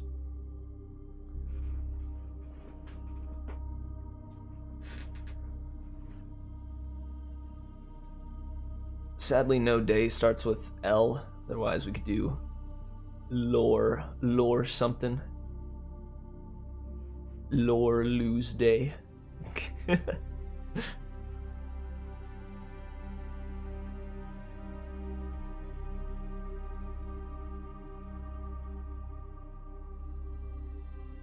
Heck yeah, man. Enjoy that dungeon. And thanks for coming. Love you, Vic. Yeah, I'm gonna wrap up the stream here, guys. Thank you for joining me on a little spaceship here. Journeying out among the stars and taking some time to read some critically acclaimed sci-fi short stories. Lord's Day, Thor's Day. I actually like that. That's tight. Oh, also, I may be doing the Skyrim lore tomorrow, but it will be after the normal stream, because tomorrow is a momentous day. We're gonna be finishing Percy Jackson, the Lightning Thief, at long last. So definitely join me for that exciting conclusion. I'm pretty hyped for it. And come Monday, we'll be starting the Sea of Thieves. Or, oops, sorry, I said Sea of Thieves out of instinct. We'll be starting the Sea of Monsters. And thanks again, Lucas, for coming on the stream. Oh, good night, Dad. Love you. Mwah. Yeah, and then after Percy Jackson tomorrow, or before, I'll be doing the Skyrim stuff. Well, thanks for joining me, and this has been a pretty great time. Yeah. Guess Snoopy and I will be heading to our cryo chambers here soon. So, I wish you all the best of luck. Remember to stay merry and shine bright, my wildflowers. I love you all, and hopefully I'll be seeing you tomorrow. Let me load up my outro theme here and get it going. Get a schmoove on. Goodbye. Goodbye. I love you.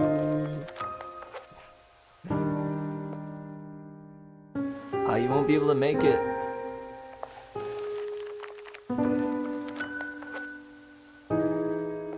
Heck yeah. Yeah, the stream will be saved. Definitely catch it on another time. Good night. I will be sure to make it most epic. Again, thank you guys. Oh, and good luck with the interview, dude. I love you all, and have a good night.